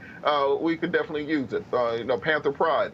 But you're completely correct, Roland, that often, as we mentioned earlier, we aren't getting those governmental research dollars into HBCUs. Our alumni often are not giving back at the same levels that alumni of other colleges and universities do. We are getting those R&D dollars from that go from biotech industries into colleges. So we need that initial seed money to be able to build out these areas that are going to be the driving forces of the future: bioengineering, biotech, nanotechnology, those sorts of things. Increase those programs so then they can compete for the other federal dollars, so they can compete with the other private industry dollars. But you have to have that seed money to move into that 21st century economy. Remember, most of these HBCUs started in the 19th century when we were talking about agricultural, mechanical, and farming and those sorts of things. Now we have to transition into the 21st century economy and make sure that we're keeping up and preparing our children for what's going forward. Dr. Harvey, can you now hear me? Yeah, Roland, I can hear you now. Got it. Okay, we're good. No, we're good. So Xavier announced they got $20 million. My understanding, Hampton got $30 million. No, Hampton got $30 million, and the fact is that we've got that money in a wire transfer, so the money is here. It's not checks in the mail. And I don't know if you asked me when I had an earpiece problem, but this is going to be a transformational gift for us, and I think that these other institutions, because we have the world's largest proton beam cancer treatment center, and we're going to spend $10 million of that at our proton beam cancer treatment center. I'm going to spend $10 million for student scholarships for students who have demonstrated character. And then I'm going to spend another $10 million on other kinds of things, such as upgrades of our any aspect of our physical plant and things like that. So, it's a godsend, and I'm thankful to Mrs. Scott. And as I indicated, the other schools are there: Howard and Spelman, Morehouse, Xavier, Tuskegee, and Hampton. And Hampton did get $30 million. And as I said, the money is in the bank, not on the way here. We're operating now in a world where obviously corporations and others are being moved to act when it comes to Black Lives Matter. And to me, this is a way where these other billionaires out there, again, whether it's her ex-husband, Jeff Bezos, whether it's, a lot of them have joined the initiative of course, the Oracle of Omaha, Warren Buffett, to give all their money away. Bill Gates and his wife have pledged to do that as well. The thing is, look, HBCUs are churning out products, don't necessarily have, they're doing more with less. This is where other billionaires could step up and really significantly stabilize and allow for HBCUs to be able to grow with these sort of large checks. Well, Roland, let me say this. I'm a product of the 50s and 60s. I'm from Alabama, and I'm so blessed. I had an opportunity to go to Talladega College. I went to Virginia State. I went to Harvard for my doctorate. But the fact is, back then, racism exemplified itself with dogs and hoses and jails and hangings. Now, people talk a lot, but they don't do a lot. And the fact is, if somebody really wants to do something about that, then they can support Black causes. They can support minority causes. They can support HBCUs. And because we are doing such an outstanding job, and yes, I'm the president of Hampton, and I'm the longest serving president of HBCUs in the country, one of the largest in the entire country. This is my 43rd year. But I'm not just talking about Hampton. There are so many of us that are doing such great jobs, and if these people really want to do something about it, quit talking and doing it. You talk about these billionaires. Follow Mrs. Scott's model. Support us. Support the research that we are doing. Support the students that are coming from homes that need this support. Do this kind of thing, and don't be talking so much. Do something about it. Now, that's my mantra. Well, and one of the things that I also say not only to those, but I make it perfectly clear, which is one of the reasons why we created our hashtag HBCU Giving Day, is we also have got to have black people who matriculate through HBCUs to also write checks. You can't have a situation. I've had numerous HBCUs on my shows over the years. Florida A&M, folks love wearing their letters, but when the Alumni Association president says that only 5% of Florida A&M graduates give back to the university. When Claflin is the highest, more than 50%. When you look at, when I had the Howard president, he said when he arrived there, the number was around 3% of their undergraduates, not people who went through the law school or the medical school. And trust me, Dr. Harvey, I got two Hampton graduates sitting in the control room right now. And yeah, I have jammed them up on numerous times saying, how much have you given? So yeah, Henry and Anthony. Now, Henry said, yeah, he's given with his class. I told him I need to see receipts. But Anthony, I got to make sure you give too as well. So, but you do got folks two sitting in here who say they have given back to the university. Well, Roland, I know you've got two proud graduates there, but let me say something. You're so right. We need to give back. And the fact is, Hamptonians do that. Do you know, for the first time in our history, Hamptonians have given last year over $3.5 million. And we talk about the things that you're talking about. And I'm not afraid to get in our graduates' face. They need to support this wonderful institution. And the Hamptonians are doing that, Roland. Can you imagine that? Over $3.5 million, the most that they've ever given in the history of Hampton. And we were founded in 1868. That is absolutely important. So we need to have these billionaires giving and the graduates giving back, because the bottom line is no community can be sustained if you do not have educational institutions that are surviving, more importantly, thriving. We don't need HBCUs to be surviving. We need them to be thriving. So certainly congratulations on that as well. Good luck in the future there at HU. And I got a Howard graduate in there too. I'm sure she's probably saying they the real HU, but I'm gonna let them fight it out because I'm Texas A&M, so I don't need to hear all that. Well, listen, Roland, you were down here, and I want to get you back here, and then all of us can pray that somebody can find a vaccine and get over this COVID-19, because it absolutely is the worst health and economic crisis in any of our lifetimes. So you keep on doing the good work that you're doing, and I look forward to seeing you back here again, my brother. Yes, sir. Take it easy. Looking forward to it. Dr. Harvey, thank you so very much, president of Hampton University. All right, folks, got to go to a quick, thank you, sir. Got to go to a quick break, and we're going to talk about these anti-Trump ads. Ooh, there's some doozies. That's up next on Roland Martin Unfiltered. You want to support Roland Martin Unfiltered?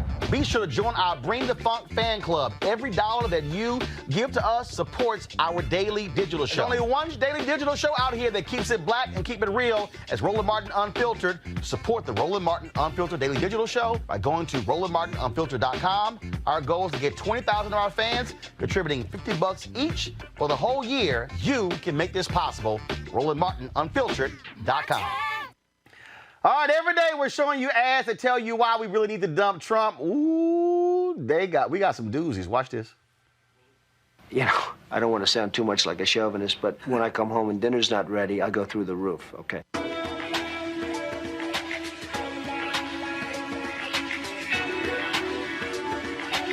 There's not a lot of disagreement because ultimately Ivana does exactly as I tell her to do. See, wait a minute.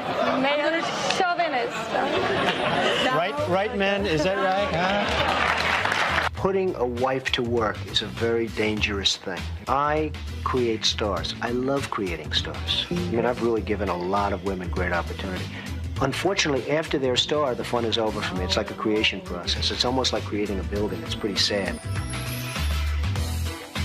A pregnancy is never, it's a wonderful thing for the woman. It's a wonderful thing for the husband. It's certainly an inconvenience for a business. And whether people want to say that or not, the fact is it is an inconvenience for a person that is running a business.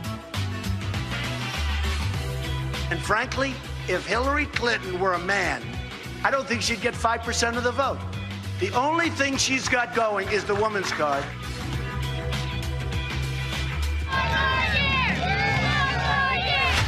47% of white women voted for Donald Trump, 47% to 45% for Hillary Clinton. To the 47%, I would like to ask, how did Donald Trump win your vote? Was it this? Do you believe in punishment for abortion? Yes or no, as a principle? There has to be some form of punishment. For the woman? Yeah, it has to be some form. Or maybe it was how he talked about his own daughter that won your vote. I've said that if Ivanka weren't my daughter, perhaps I'd be dating her. You know? Stop it! Oh, it's so weird. Stop. You know what? You are sick. Yeah. Was it his close friendship with pedophile Jeffrey Epstein? Or was it when he bragged about sexually assaulting women? They let you do it. You can do anything. Whatever you want. Grab him by the pussy. You can do anything. You stood by Trump after more than 25 women accused him of raping or sexually assaulting them. And as he destroyed families and threw children in cages. Yes or no, are we still putting children in cages? CBP never purposely put a child in a cage. Through multiple extramarital affairs. You are special. You remind me of my daughter. He's very proud of Ivanka. He said I was beautiful like her. As he attacked one female journalist after another. I'm not thinking. That's okay. I know you're not thinking. You never do. I'm sorry? No, go ahead. Go ahead. What a stupid question that is. What a stupid question. But I watch you a lot. You ask a lot of stupid questions. Don't ask me. Ask China that question. Sir, why are you saying that to me specifically? As he appointed two conservative white men to the Supreme Court. What is it about Donald Trump that you like so much? This election is going to come down to 6 states. We need to cut into the margin of white women voters. We need 10% of white women who voted for Trump to vote for Biden. Talk to your mothers, your sisters, your daughters, your grandmothers, and friends. Show them this video. Throughout his life, Donald Trump has used his power to attack, harass, and humiliate women. You have the power to stop it all. Stop Trump's abuse of women. Vote for Joe Biden. It's going to disappear. One day, it's like a miracle. It will disappear.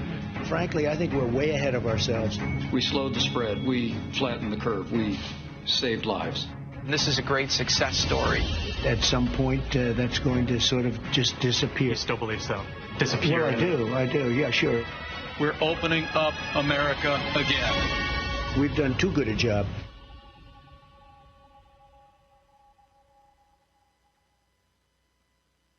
We're going to build a wall. It's going to be built.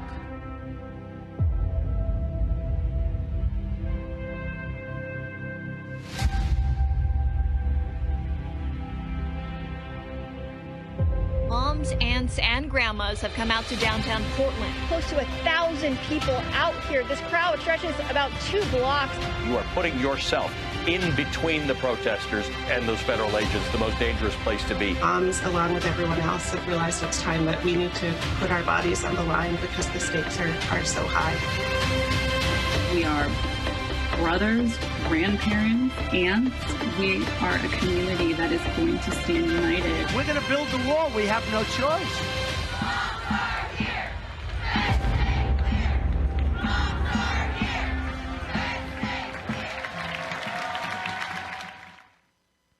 Dear Donald Trump, just because your polls are down and you're losing to Joe Biden doesn't mean you get to kill our children or threaten our teachers in schools. There's going to be a funding problem because we're not going to fund, when they don't open their schools, we're not going to fund them. Or lie about the dangers of the coronavirus. I think that at some point that's going to sort of just disappear, I hope. Or co-opt and falsify critical virus data. Or blame China for your failings as a leader. The plague came in from China. They could have stopped it. They should have stopped it. I can name Kung Flu. Or get your ministers of propaganda to lie to the American public. It is being contained. And do you not think it's being contained? Or let your fake doctors break their oath to do no harm. He's been so attentive to the scientific literature and the details and the data. Or tell us the economy is strong when tens of millions of Americans can't pay their rent or mortgage. Or send your secret armies into American cities. Or beat peaceful protesters. All right, what happened? That ad got cut off? Right, that wasn't that. Well, that was, trust me, Don Winslow's been putting out some really hard-hitting ones. That one, He didn't play games, Brittany, saying, white women. He said, white women, y'all need to not vote for him. He called him out. I mean, I hope these ads are enough, Roland. I really do. I think they're very powerful. I think they've done an excellent job with them. But it's true, white women did come out and vote for him. White supremacy is a hell of a drug, even when it comes to white women. But we've seen that historically. Robert, what do you make of those ads? I actually don't know how effective they will be because all of that is information that we knew in 2016. None of that is new.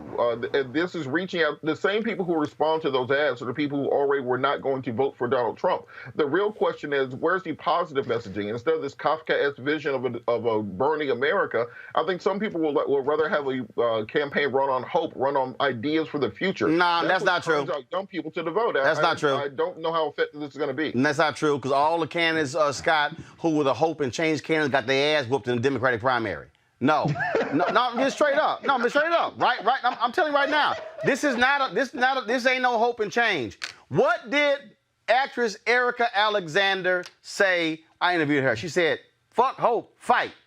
No, right. Democrats out there are like, fight. They don't want to hear Obama talk about no hope, no change. They don't want to hear the best of us. They like, no. Throw that thug out. That's what folks are saying. Well, I got a couple points. We promised America what a Trump presidency would be like, and he's kept every promise that we told the American people as Democrats. I think the difference with these ads is this is what he's done during the presidency, right? And so as a result, right. I don't think that's enough to change any minds on that 40% that's with him. But what it is enough of, and it's real, and it's from his own words as president, is that to focus on the independents, the moderate Republicans, the conservative Dems who gave him a chance in Michigan, in Pennsylvania, and Wisconsin, and those 3 other states, and to give them every reason not to vote for him again. Those many take a chance on Biden, but it's just hard data that he's done himself. Whether they're effective or not, he's giving you so much data to look at and to put together. It's a gold mine for the Dems. And then if we have our ideas, if we have an agenda, and we give the reason, we fight, but we give hope, and these ads, that ought to be enough, I think. But they're very powerful and effective. Folks, this just in, Speaker Nancy Pelosi has laid down the law in the House there. Of course, Congressman Louis Gohmert, one of the dumbest members of Congress. This idiot refuses to wear a mask. He's been walking around, tested positive for coronavirus. And then after he finally tested positive for coronavirus, the fool went to the House gym. Well, of course, now, of course, they had already told them, y'all got to wear y'all mask in the committee hearings.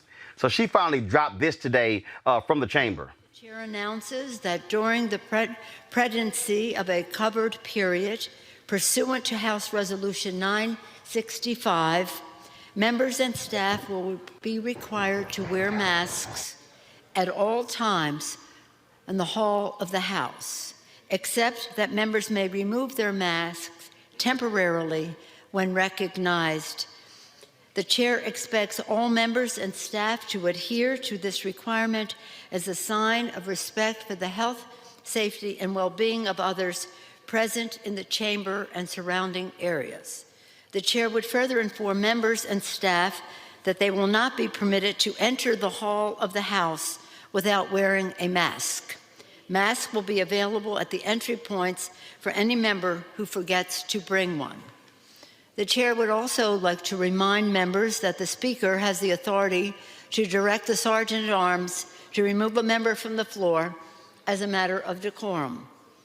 To reiterate, the chair views the failure to wear a mask as a serious breach of decorum. As always, the chair appreciates the cooperation of members and staff in preserving order and decorum in the chamber and in displaying respect and safety for one another by wearing a mask. Robert, let me translate that.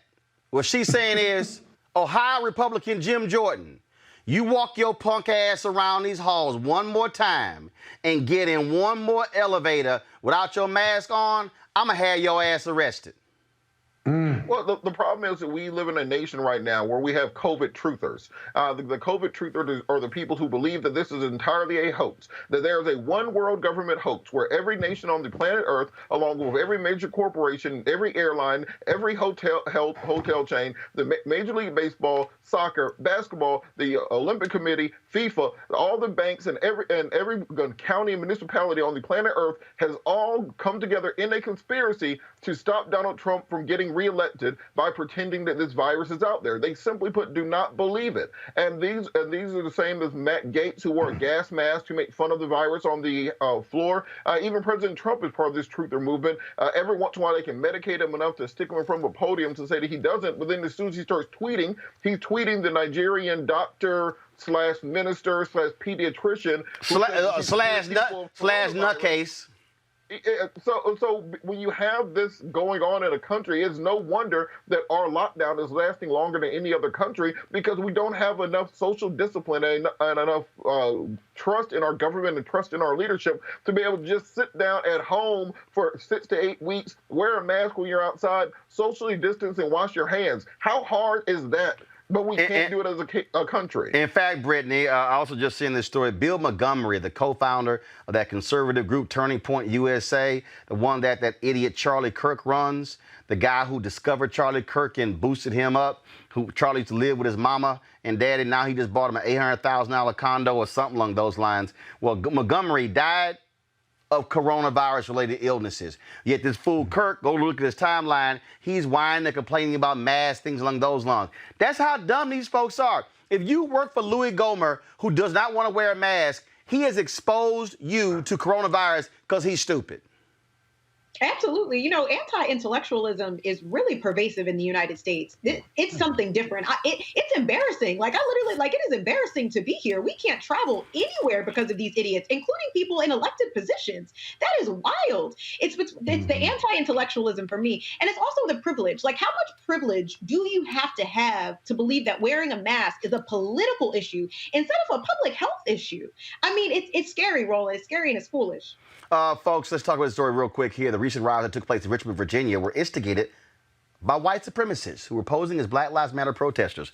According to Richmond, Virginia police, 6 people associated with right-wing hate groups were arrested. 2 were charged with felony assault on a law enforcement officer and felony possession of a firearm while rioting. 4 others were charged with unlawful assembly. Richmond Police Chief Gerald Smith identified them as Boogaloo Boys, a loose organization of anti-government extremists, and some others associated with Antifa during a news conference on Sunday. Now, the majority of the protesters were white and came from outside of Richmond. Now, we told you yesterday that in Minneapolis, they've identified that a member of white supremacists with the Hells Angels biker group, he was the one seen breaking windows, carrying an umbrella and breaking windows. Scott, what this says is that, again, all these folks on Fox News, they call you, they don't call me. All these Fox News people, Sean Hannity, Tucker Carlson, Laura Ingraham, all the trashing of protesters, white supremacists, ones who are out there acting a fool. This is why what I said yesterday to those people in Portland, there has to be self-policing. Where you see somebody acting a fool out there, snatch their ass and say, no, we ain't here for that,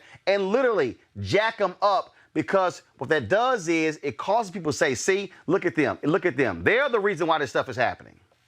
Well, and they were, many of these Boogaloo Boys, they weren't accosted, but there were Black protesters and white protesters said, what are you doing? What are you doing? And he rejected them, but they kept doing it, and eventually they ran off because these protesters reported it to the police, and then, of course, the rest is history because the looting started after that. But it's just incredible. I mean, my colleague calls it anti-intellectualism.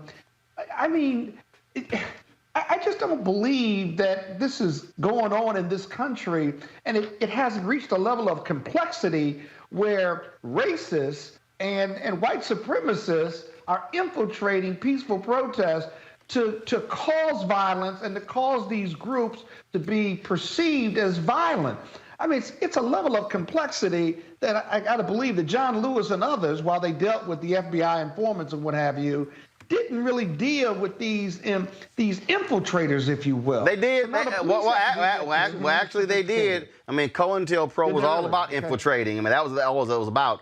But again, what they want to do is report to the FBI. No. Actually, in fact, many people believe that march that took place in Memphis, shortly before Dr. King was killed, when they were leading in the back of the march, there were some black gang members.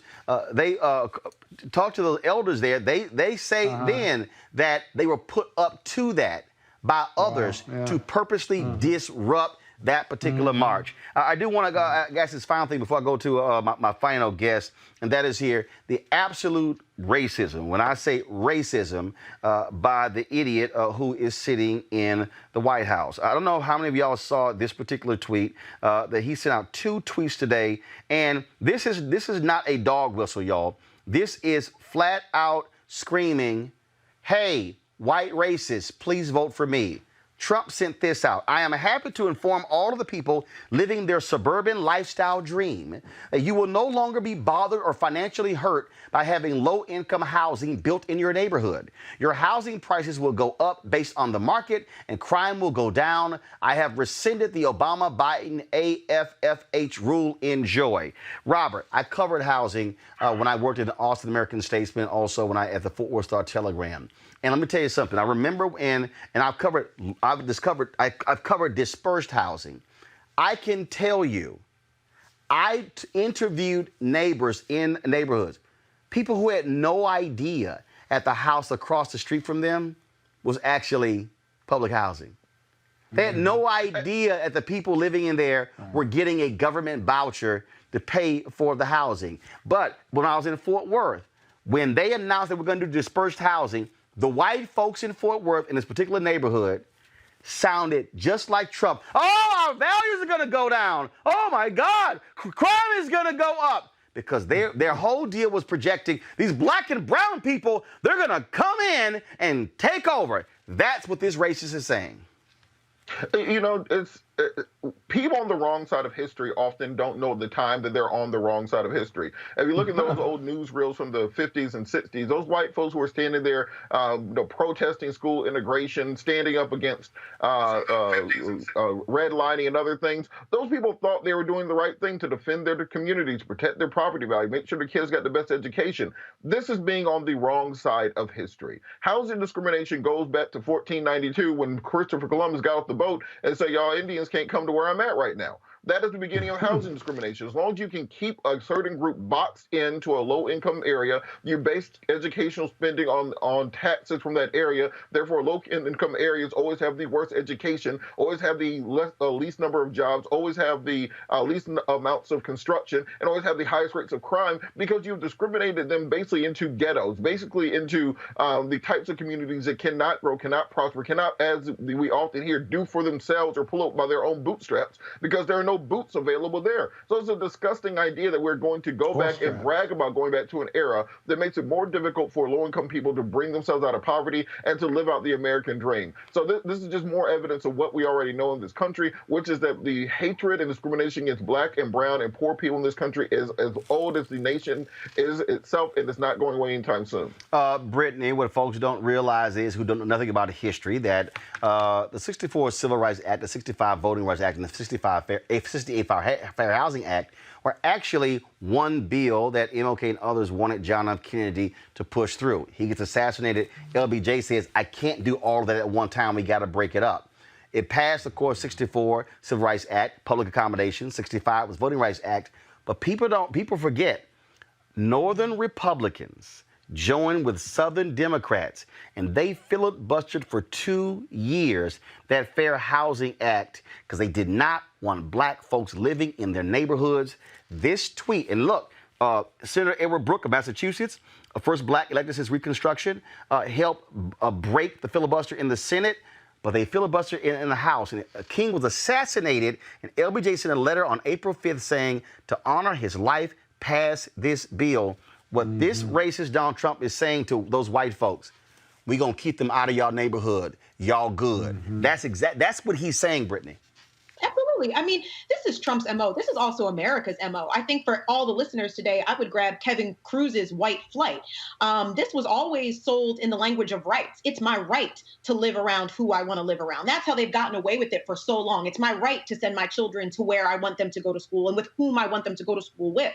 But I mean, this doesn't surprise me. One, Trump is his polling very low. He's absolutely botched, messed up COVID-19. So he needs to reinvigorate his white supremacist base. And this is one of the best ways to do it. And this isn't something new to Donald Trump. Don't forget, Donald Trump was accused with his earliest apartments that he owned of not allowing Black renters to live there. I mean, this truly is, it's all coming full circle. Indeed, indeed. Panel, I certainly appreciate it. Thank you so very much for joining us today. Scott, Robert, and Brittany, and thanks a lot. Scott, we're going to break up big tech. Bank on it. All right, y'all got to go to a break. When we come back, we're going to talk about a Black woman who's created her own doll company. That's next on Roland Martin Unfiltered. You want to check out Roland Martin Unfiltered? YouTube.com/Roland S. Martin. And subscribe to our YouTube channel. There's only one daily digital show out here that keeps it black and keep it real. It's Roland Martin Unfiltered. See that name right there?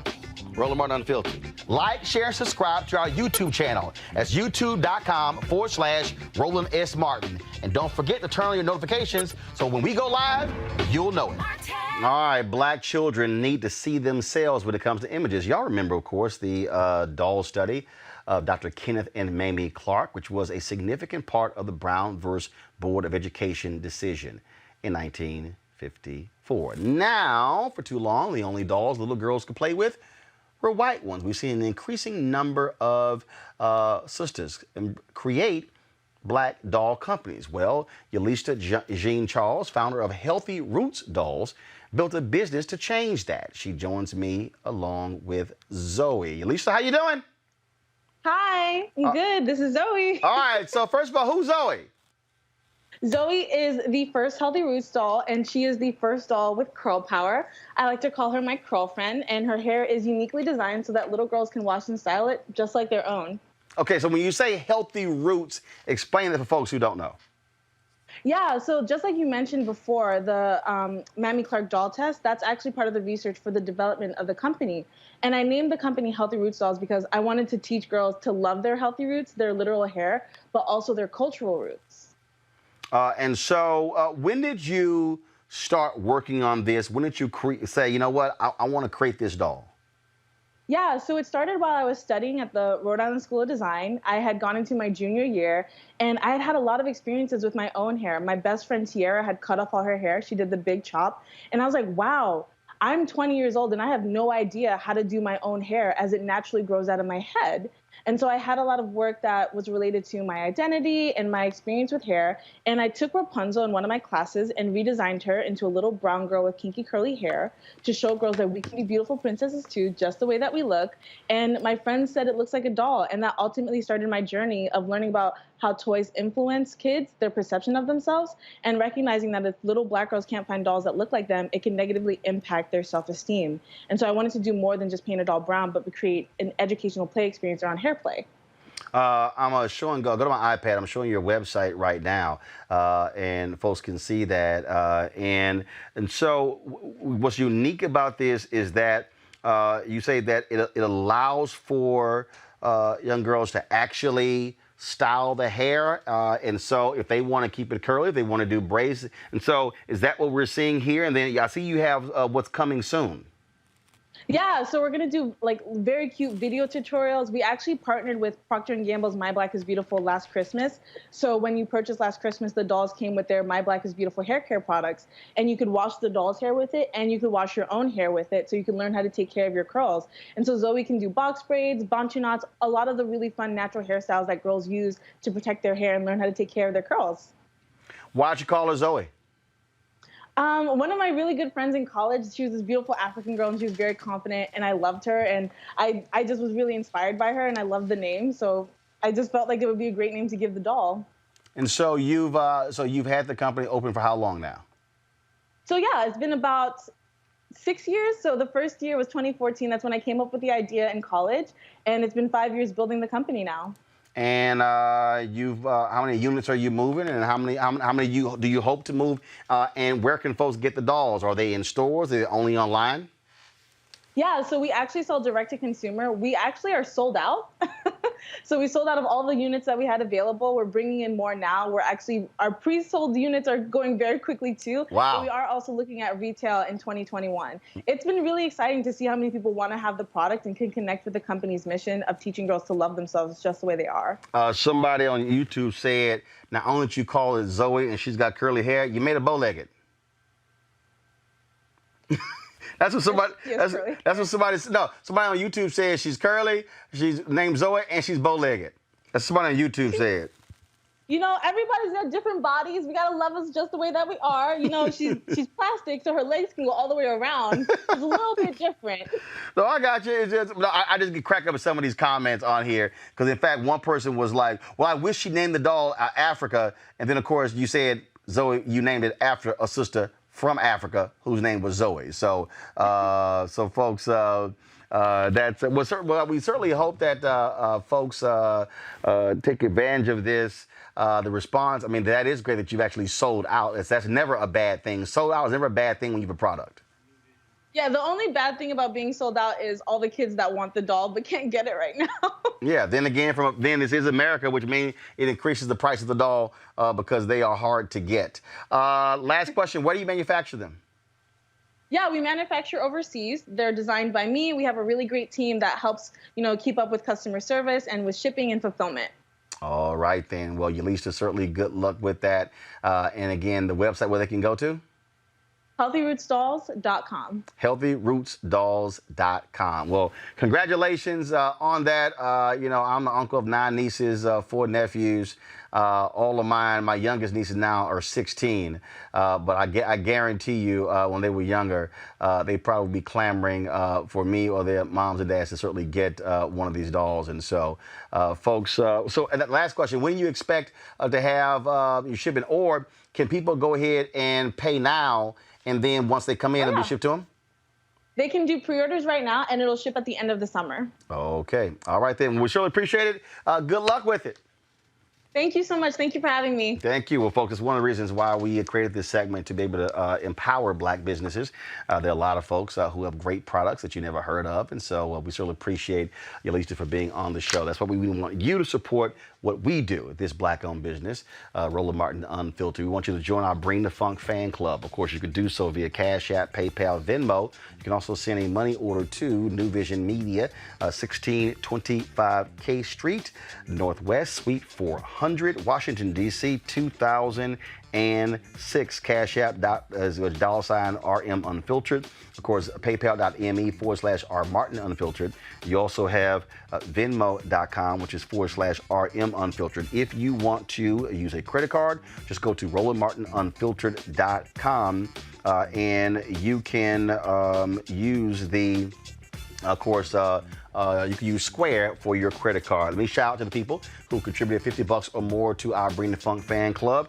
Aaron Burrell, Addie Zachary, Agent Black, Alicia Jerry, Andre Williams, Anita Harmon, Anton Sanders Sr., Arnell Simmons, Simonis, Beverly Newsom, Camille Mooney, Cirillo Paulo, Claudia Bias, Kyle, Dave Davis, Eric Black, Eric Jordan, Felicia F., Gail and Johnny Bush, Iris Brunson, Jerron Cunningham, Jarvis Davis, Jelani, John Hobb, Johnny K. Day, Julia Smith, Kathy McCowan, Carrick Burke, Kimberly Hill, Correct Technology Inc., Land Communications Corp., Mark Salney, Michelle Carter, Monica Collier, Nashaka Davenport, Nathaniel Allen, Paula, Sahira Threats, TVC, Tomba Johnson, Trevia, Tyrone Smith, Wanda, and Willie Beavers. Folks, again, we want to thank all of you for joining our Bring the Funk fan club. Your dollars make it possible for us to do what we do.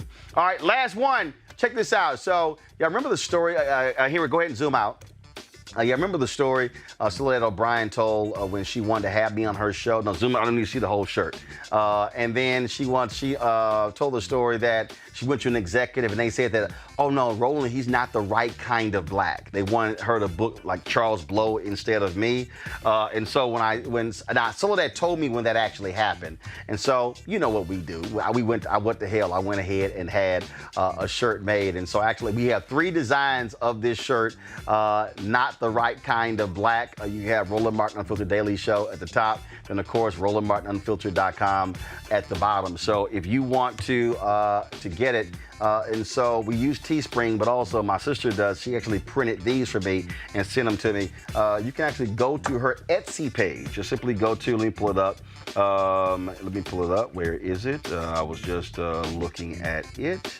And so today's the first day I wore it. So it's etsy.com/shop/House of Zena.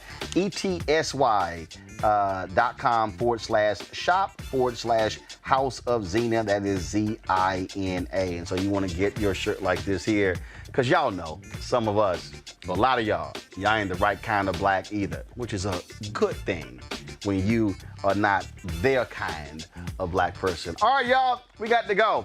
We'll see you tomorrow right here on Roland Martin Unfiltered.